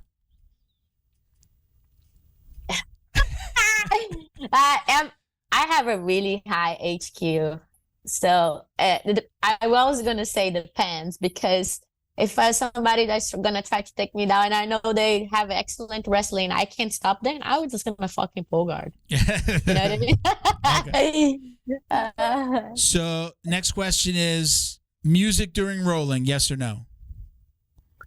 Yes. What's your go-to? What's your favorite? Where you at right now? What's your favorite to train with? Depends. I have a really mix a playlist, and I really like to start with a reggae laid back because the warm-ups, but going through down there, it's like deep house, like trance, or like kind of poppy, or Deep like house. I like that. deep house. Yeah, I like deep house a lot. How about something called minimal? Wait, How look, about something called she minimal? said reggae. It's funny because now when I post, you could post on Instagram and post a picture and put the music down, right? I put it on the question post that I tagged you in, and now I remember what the guest said, and I'm using that music. Yeah. On the postings. Get the now. guest to like it. So I'll put reggae on one and I'll put deep house on another. If she likes deep house, how about, do you like minimal tech? I do. I like electronic music in general. I'm really love like deep techno, house music. Like I'm really about music. I always get a new playlist, and I'm always looking for new music. Yeah. And I speak 3 languages, so I'm always trying to learn something new. And I even listen for French, Arabic, Hebrew music. I'm really very mix it, So obviously Portuguese, English, what other language? Spanish. I will say I was gonna say Go real ahead. quick. There's a similarity I've noticed between jiu-jitsu people and military people. They have the most eclectic, sound. They don't really ever have a favorite music because you're always with so many other people, so you get exposure. I'm listening to everything. I listen think to that's country. a byproduct I of was listening to jiu-jitsu, hip hop man. on the way down. I just I put it on shuffle. It's put my phone on shuffle and listen to anything, But I like to the say- military and the fighting community, it's with the music, it's that's the meme where it's the arms, it's army guy, jiu-jitsu guy, and then the hand is music. Yeah, I like to say that I like to blending and in situation. I like to say that I can be a tomboy, a little girl, or you know what I mean, or a really a little man. So the way I like to blend in, it's the same way I like to blend in with my music, and people have different tastes, and I like to be open-minded about people's tastes. I like to hear people's playlists and oh, I like this music, I'm gonna add to my playlist, you know what I mean?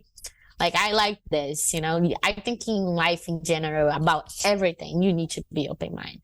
If you're a closed mind, you're not going to able to progress, evolve in general. Get a bigger sample size. So you said before, you obviously you watch UFC, you train MMA, but do you study tape? Are you watching videos like BJJ videos, MMA videos online? Yeah. Are you studying? Do you ever do instructionals? Yeah, I'm always like watching. Yeah. I did 2 different instructionals. I did got invited, but I procrastinated with a lot of things.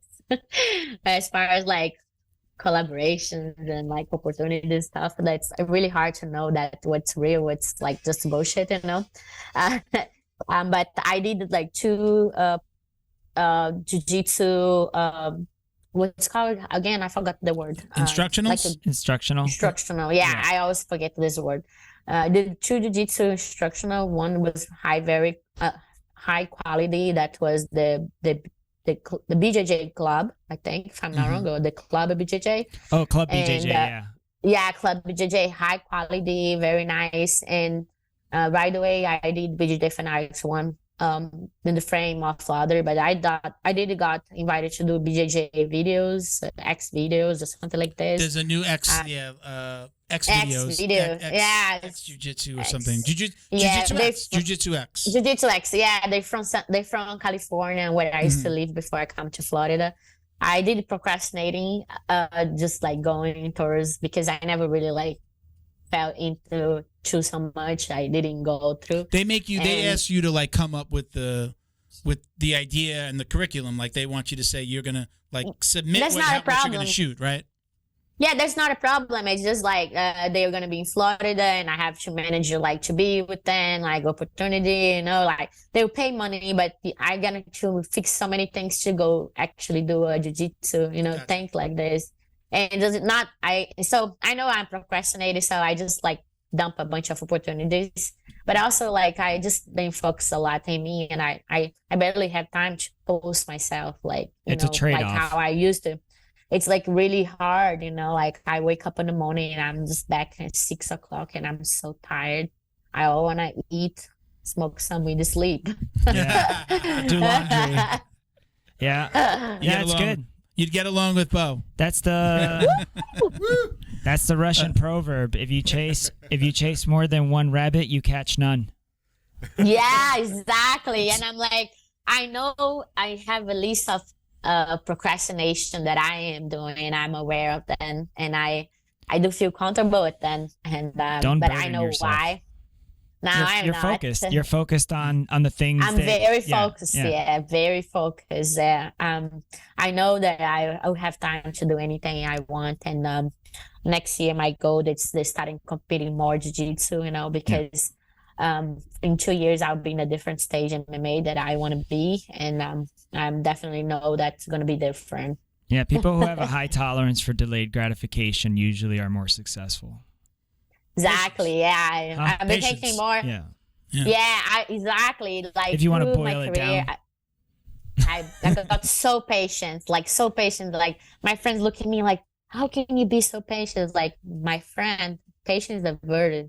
Not everyone has, You said it before, it was a lot of people, like you said, you were offered to be on the Contender Series, for example. Mm-hmm. A lot of people would jump at that and then potentially fail because they're not really ready.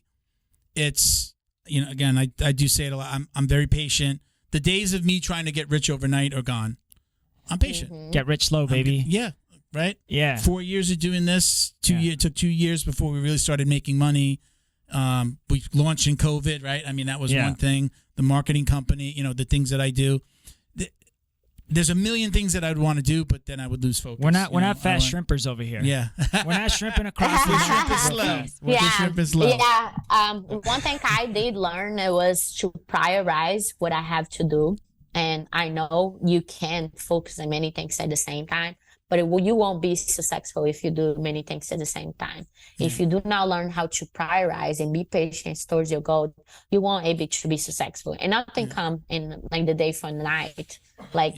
I read that example, Abraham Lincoln, like he failed 99 times before be president of the United States, and he actually became the president of the United States, and he was a high level, like clinical proof HDHD guy, and if you think of, like, a lot of people see those things as a clinical condition when he's a fucking smart guy that he already died, not between us anymore. Like what makes the other people different, So there's a lot of things that people learn through their journey. It's patience, one of them, but I did learn this a lot, and I still not patience for some things, but learning with different people's personality and learn me to make me be more patient and to prioritize towards business and prioritize towards my personal life and my professional life, Yep. So let me ask you this next question that we're talking about, kind of focus and the grind. What is your ultimate goal in the world of jiu-jitsu, or let's call MMA? What is your ultimate goal? I mean, like, before you asked me if I want to open a gym, I didn't answer this question because I jumped to another things, and we're like excited and we really forgot. I would love to, but it would be in the right moment of my career. I learned through, like, traveling the world and going helping friends and trying to live other people's dreams. That's very hard to fully focus and open a business. I would for sure open a gym with a successful partner and having a really good financial situation. And I would not like to rely on money primarily to open a gym. That's when I would open. But I would not open just a regular gym. I would open a temple, I would offer not just jiu-jitsu class, but therapy, but other things that are very part of. So elaborate, if you can. You said temple. I know who you're talking about. What's the full? Tell everybody what you mean when you say temple. I mean, like, most of the time when you go to a jiu-jitsu gym, you spend more than an hour inside of the gym, right? Mm-hmm. Sometimes you go ahead 15 minutes later, or you are like a Brazilian time 5 minutes before or in time or late. Most of people, even when you see a gym, like you guys mentioned, that have a family inside the gym, they spend more than 2 hours in the gym. More than that. It's more. That's what I say. More than 2 hours in the gym. Family trains, yeah.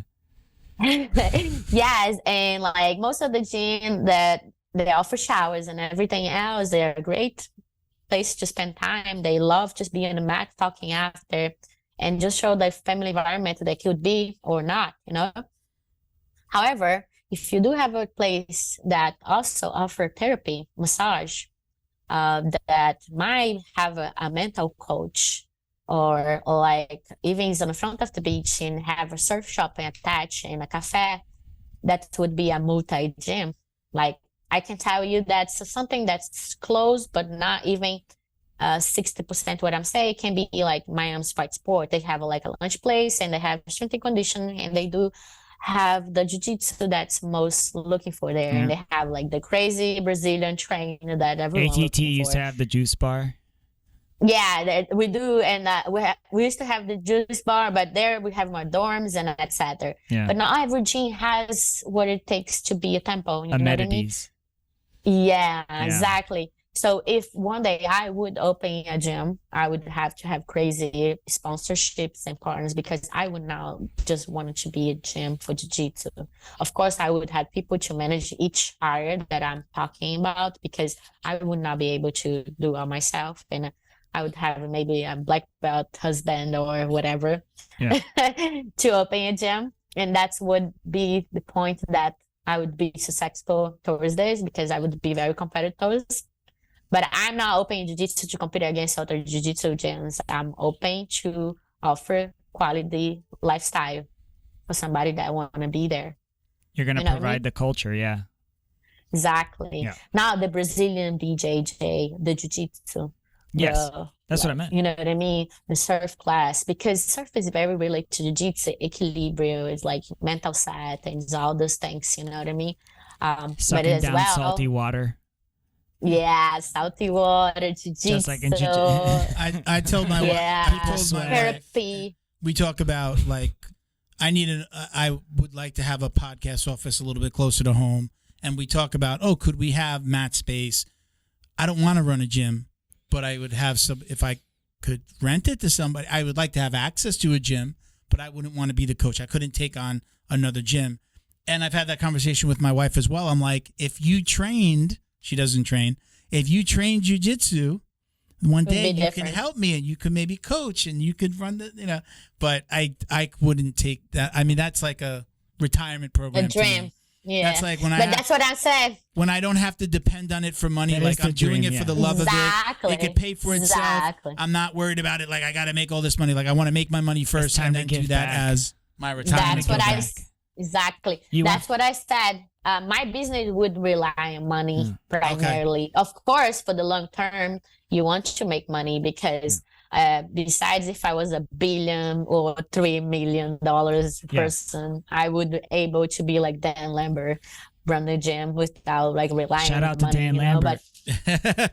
Yes, I read that he's in one of the 14 richest family in the United States. Good. So like the guy, he don't need to nobody's money to keep the gym. He did it for the love of the game. I know my exactly. Yeah, my niece. I don't think my nephew. My niece hung out with like some of his kids. He's got a couple of kids, right? Yeah. My wife does Pure Bar. Dan Lambert's daughter owns one of them. Yeah. Oh yeah. Mm-hmm. Cool. She's super cool because I've been to a couple of the girls' parties, and it's like, because it's the girls get together, and then like there's that awkward like because then they bring their boyfriends. It's that thing like. Well, how most like you bring your girl somewhere, she brings you somewhere, and then you're like, oh, I get to talk to +1. But there's a whole bunch of +1 dudes. Gotcha. And then there's that awkward like I don't know this dude, like who am I gonna talk to? So I talked to her, and she's so high level in terms of like she follows. She's a huge UFC fan. Okay. So like you're like, who you got this weekend? That kind of talk. All right, we have one last question for you. Yes. Before we'll ask this first. Yeah. So one last question. This is a big one, super important. I'm gonna let Miguel ask the question. Do you or do you not wash your jiu-jitsu belt? I never wash my belts through the. I actually never washed my belts. There it is.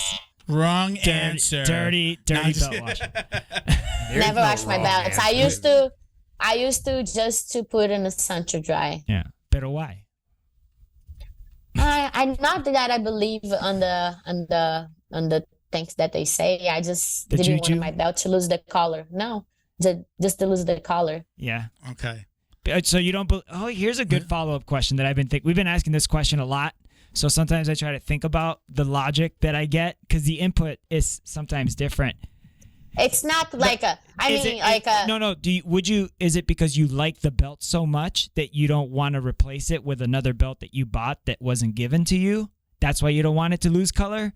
Or like... Yeah, I don't want it to fade away so bad because when you wash, like, it depends how you wash. If you only put regular soap, like, goes in between the like cotton and just like expand the cotton. It's like you wash your cotton shirt and you put it in the dryer. I'm on my third blue belt. I know. Yeah. I wash my belt. Yeah. I just buy a new one. Yeah. It's not a big deal. It's like I don't believe in juju think and this is not gonna change my life. But I definitely would like to have a belt that will keep the color. And like, and I know fully, like, people say, oh, this is disgusting. I was like, bro, you have sanitized shit and just spray that shit and put it in the fucking sun. I don't do it with my belt. I have 2 brown belts. One was, I carried in my bag. I have 2. The one that my coach gave me when I got promoted, but then a sponsor sent me one. Flow and Roll sent me one, and I used that one. Yeah.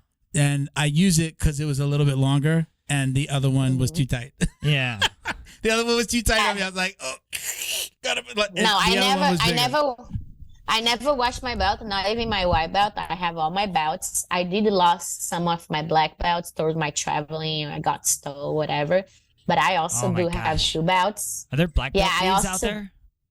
I still have my white belts. No. Are there people who steal black belts? Oh, bro, like when you travel so much, when I was like a jiu-jitsu gypsy, like they call, like I used to have my stuff stolen all the time. Really? dirty. Yeah, because you never know. People like left with the wrong belt, like 2 brown belts. Like I remember is Oscar who's Omar? Omar had left with like my belt or something. I don't know. You're both brown now too, yeah. Yeah, we were with the same belt, Yeah. and he grabbed one. But yeah, I carry 2. I don't. There's not a lot of. I don't see how this mistake happens. There's not like a lot of meaning behind. Oh, this coach gave it to me. I think maybe at black belt, I'm gonna want. I mean, there is that some meaning. one, you know, There's some meaning. Like, I mean, like, You if get a Marcelo I got Garcia black belt. yeah, I have all my belts. I have every belt that I've ever worn. I have my white. I had 2 blues because I moved and I actually wanted to have the same color as the gym that I went to when I went to Felipe's. That makes sense. And then I have my 2, like I have 1 purple, 2 browns because again I got 2. So I kept them all, and I know like I'll put them in a circle or hang them or put them Me in too. something, you know. Me So- too. But I never wash my belt because they say, "Oh, you don't wash your belt. Oh, I'm this like hierarchy jiu-jitsu professor. You have to bald and shit." Like, I mean, there is some boundaries that you have to do it, and that's sad there. But I never wash my belt because the juju thing. I think it's the bullshit thing. I mean, like, most of people have different opinions of, you know what I mean? I never washed my belt, and if my belt got washed, my mom put it inside, and she didn't know. Yeah. Like, most of the time. I'll tell you a quick story. Felipe always said he doesn't wash his belt. His belt like looks gray. It falls apart. He's got one that he wears that's like newer, but he's got his old one. He swore up and down that he doesn't wash his belt, and then we would talk about it in the gym, and I would be like, "That's disgusting," you know, joking around. And Sophia was like, "I threw it in the wash the other day." She washed it. Sophia, she's like, "I washed it. This was a while ago." She's like, she's like, "It smells there's a so point. bad that he had There's to a wash point. it." Like, there's a Why'd point. you throw him under the that- bus like that, man? Oh, I don't care. Yeah. not gonna listen There's to a this. point, It's of about her. course. You just If got you her do trouble. those strains like meows and your belt is like yucky, like, bro, you have to wash your belt. Did you say the Meow Brothers? I said the meow brothers. I love their videos. You know they're doing that on purpose, right? What's they got that? throwing water on the I know. mats. Like when it's really, it looks Yeah. like it's just drenched. Yeah. You don't think that's real? Yeah. I don't think that's real. It's I just think because that's the first roll of the day. They're just throwing water on the mats, and that's how I they don't clean think it. it's bullshit. I don't think it's bullshit. Sometimes I've been it's in the not. camp with them. Yeah. I've been in a camp with them since they were like orange belt and through they were black belt. I even did like an interview and stuff with them. Bro, like there's a real gap. Yeah. But now Oh, I know that. it's I'm not denying that. different. I know now it's different because they become like blogger and like, you know what I mean? Like they probably are creating some things and exaggerating something that for a long time they didn't come out. It's like a virgin that loses her virginity and then you become this like icon online, you know what I mean? So like, yeah, it can have some fake news just because it's social media. No, they do it to be funny. They got the guy Yeah, who's to be spraying the funny. water, and then they roll in it to just make it I like don't it's know. a joke. I believe, she said she trained with them. I believe they sweat that much, is what you're saying. That's real. No, they train that Yeah, much. but that's what I was talking. Like, there's like guys, my roommate. That's Has she been? It's just like she came out of nowhere. She's been there the whole time. yeah. She's trying to go under there because I say, hey, don't make noise. Was Hey, she hi, laying on the Julia. couch the whole time? Fala, Hello. Oi, no, she was in her room. Look how cute what did it say? Brazilian You she read is. my Surprise guest. T-shirt. What did it say? I don't know. I wasn't. Vem aqui, looking. volta aqui. Deixa eu ver. What was Deixa on eu her ver. T-shirt? Deixa eu ver o que tem na tua camisa. Deixa eu ver. Read my T-shirt. That's enough. Vira de frente pra mim. That's enough social interaction You for read one day. my T-shirt. That's That's enough. That's enough Interaction enough with Yoli. interaction for one day. Yeah, that's it. Social interaction. Don't talk to her. Got it. Does she train? No, she No? does not, but her daughter is very good. There you Yeah. Like a yellow belt, and I'm gonna make her a little beast. go. Okay. Good. All right. We want to thank you so much for doing this, but we also want to give you an opportunity to shout out any sponsors. Do you want to say hello to anybody or shout out sponsors? This is your time.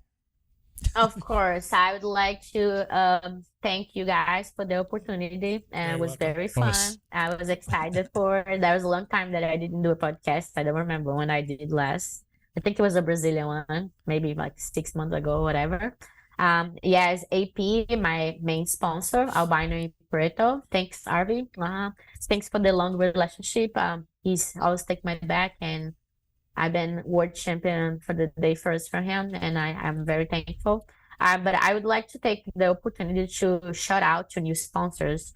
As you guys know, I am a pro fighter now, and I have a really heavy curriculum, and I am always looking for sponsors as far as collaborations, as far as anything. And if you guys have anything in mind on your podcast, I'm always open to give a look up. I don't know. Every time I get in a camp, it's really hard to like keep a training, like keep paying the bills and etc. And I would love to get sponsor any type, not just towards the camp, but towards the fight or build a long-term relationship with new sponsors. In the moment, I do not have any sponsorship besides AP, and I'm about to close with Zebra again, Zebra Mats. But so far, I don't have anything as far as supplementation, CBD, and other things. We have a couple of those. If you saw my post, yeah, I would say after we launch the podcast, I've spoken to my sponsors, and they are all. I don't want to say all of a sudden they're going to get lots of messages, but they know that when we have somebody on, that they usually ask, hey, what do you think? And sometimes they'll send some stuff or they'll reach out. So, feel free to message. You saw the sponsors on the post that we did. They're all open to having conversations with our guests. So I can't say that they all have the ability to do something, but they're open to having a conversation. So feel free. I'll say nice things about you. Thank you. And champion mentality for sure. Yeah. Thank you. And I do love the fact that you have a marketing company, and I think marketing is all about to be a great athlete, and as much marketing you have, better. And I would like to look forward into days as well. Awesome. Right. Thank you. Like I said, don't hang up. Thank you so much for doing this. We're going to come take some pictures with you, but thank you so much. We'll launch in a couple of weeks. Obviously we're not live. This will come out not next Monday, like the following week. So usually about 10 days out. Okay. Okay. So, all right. Thank you very much. 1, 2, 3. Yep.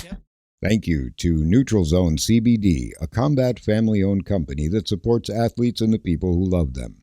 Neutral Zone strives to deliver clean CBD products for sports recovery in gummies, lotions, balms, roll-ons, and more. After a competition, a hard rolling session, or a tough day on the job, Neutral Zone has a product designed to help you reduce inflammation, increase cell rejuvenation, and may even help with aging joints. Visit NeutralZoneCBD.com and get 25% off your order with code JJD. And follow them on Instagram too, @MyNeutralZone. Jiu-Jitsu's favorite monthly subscription box has now joined the Jiu-Jitsu Dummies podcast. The BJJ box is delivered to your door filled with premium jiu-jitsu and grappling apparel, equipment, supplements, supplies, snacks, and more. The crew at the BJJ box find the best in the world of jiu-jitsu and guarantee every box to be worth more than the cost. Each box includes 4 to 7 items you're going to love. Visit thebjjbox.com and use code JJD10 to get $10 off your very first box. And give them a follow on Instagram @thebjjbox. Special thank you to the crew over at Flow and Roll for all their support. Flow and Roll is renowned for their incredible no-gi rash guards, shorts, and leggings. Flow and Roll has quickly become the premier custom apparel provider for academies big and small throughout the United States. Reach out today to discuss your custom order and ask about their incredible pre-order program. You can send an email to flowandroll@gmail.com or visit their Instagram @flow_n_roll and shoot them a direct message. And yes, they can create an awesome custom gi for your academy as well. Visit flowandroll.com to check out their awesome designs, and while you're there, pick up a Jiu-Jitsu Dummy signature tee exclusively at flowandroll.com. And remember, you'll get 20% off your purchase of t-shirts, rash guards, or gis with code JJD. Okay. All right, everybody. What do you think? That's a champion. Yeah. Yeah. No, that's how they talk. Future champ. Yeah, right. So I didn't want to say it during the interview, but like that's how, like when you listen to champions talk, That's how they talk. That's their mentality. That she sounded a lot like Valentina Shevchenko, actually. Like with like the mannerisms also. Yeah. It was kind of weird. I never noticed how much the accents were. Super confident in herself. Yeah. Check. But not arrogant. Not arrogant. Well, Check. she knows where she's at, man. She knows where she's at. Check. She's not taking just any opportunity. Right. Check. Humility. Focused. She's like, I'm not ready for that yet. I'm not ready for that level. Those are all signs of like a champ with like longevity. High right? Like IQ. somebody that's gonna like somebody IQ. who's gonna be around for long, like not just like she's a jiu-jitsu champ. So she knows how to be a champion. Like Put that money. if you've ever done a tournament, like it's not only the tournament, you could probably be better than a lot of the people that you go against, but it's that mental attitude. Are you nervous because you're at a tournament? Yeah. Are you in your head because you know you're going against the number 2 seed? We're not talking about like me and you going to a tournament at our age group. We're talking about high level black young belt, guns and, elite, cream of the crop. I just have a feeling we definitely haven't seen the last of her, and I think she's gonna. When I used to play in a band, it was dope. And we would play on stage. And somebody would get stage fright. We would just remind them, we're just practicing, but in front of a lot of people. That's right. Yeah. Yeah, I think hard to get over. I would say I think the pressure at her level is a bit higher. Yeah. Because like, you miss a note, whatever. I think a lot of people though say the same thing though. Once you get on the mat, like it goes away because you're concentrating. I don't think so. I've seen people freeze even at a low level. I don't even want to brag about a high level. Yeah. Of course, it's okay to freeze at a high level, but I've seen people freeze at a freaking Naga. Yeah, dude. Okay. All right. So listen, Talita, thank you very much for coming on the show. We really appreciate you guys, or appreciate you. Thank you for putting up with us. A little housekeeping here. Just check out Jiu-Jitsu Dummies on Instagram and Facebook for all the ways to watch, listen, and support. Click the link, the link tree, bring you to our YouTube, different podcast if you go to a apps, T-Mobile store, it'll just auto-populate. Yeah, you're right. Yeah, if you see No big Jiu-Jitsu deal. Dummies on the phone in a T-Mobile store, you know that I've been there. Yeah. Check Milton me was out. here. Check me out at Uncle Milty BJJ on Instagram. That's right. Check me out at JJD_DJJ69. Oh. At BADWERKS, Bad Work. Bad works. Very cool. All right, everybody. Thank you for watching and listening. Peace. Peace. Love. Jiu-jitsu. I want to start doing 1, 2, 3. What? At the end? For everything. Now we got to say peace, love, jiu-jitsu. Mosquito Yeah, you smash. do. That's the thing. Peace. Love. Buy that rash guard. Jiu-jitsu. Close. Bye, guys.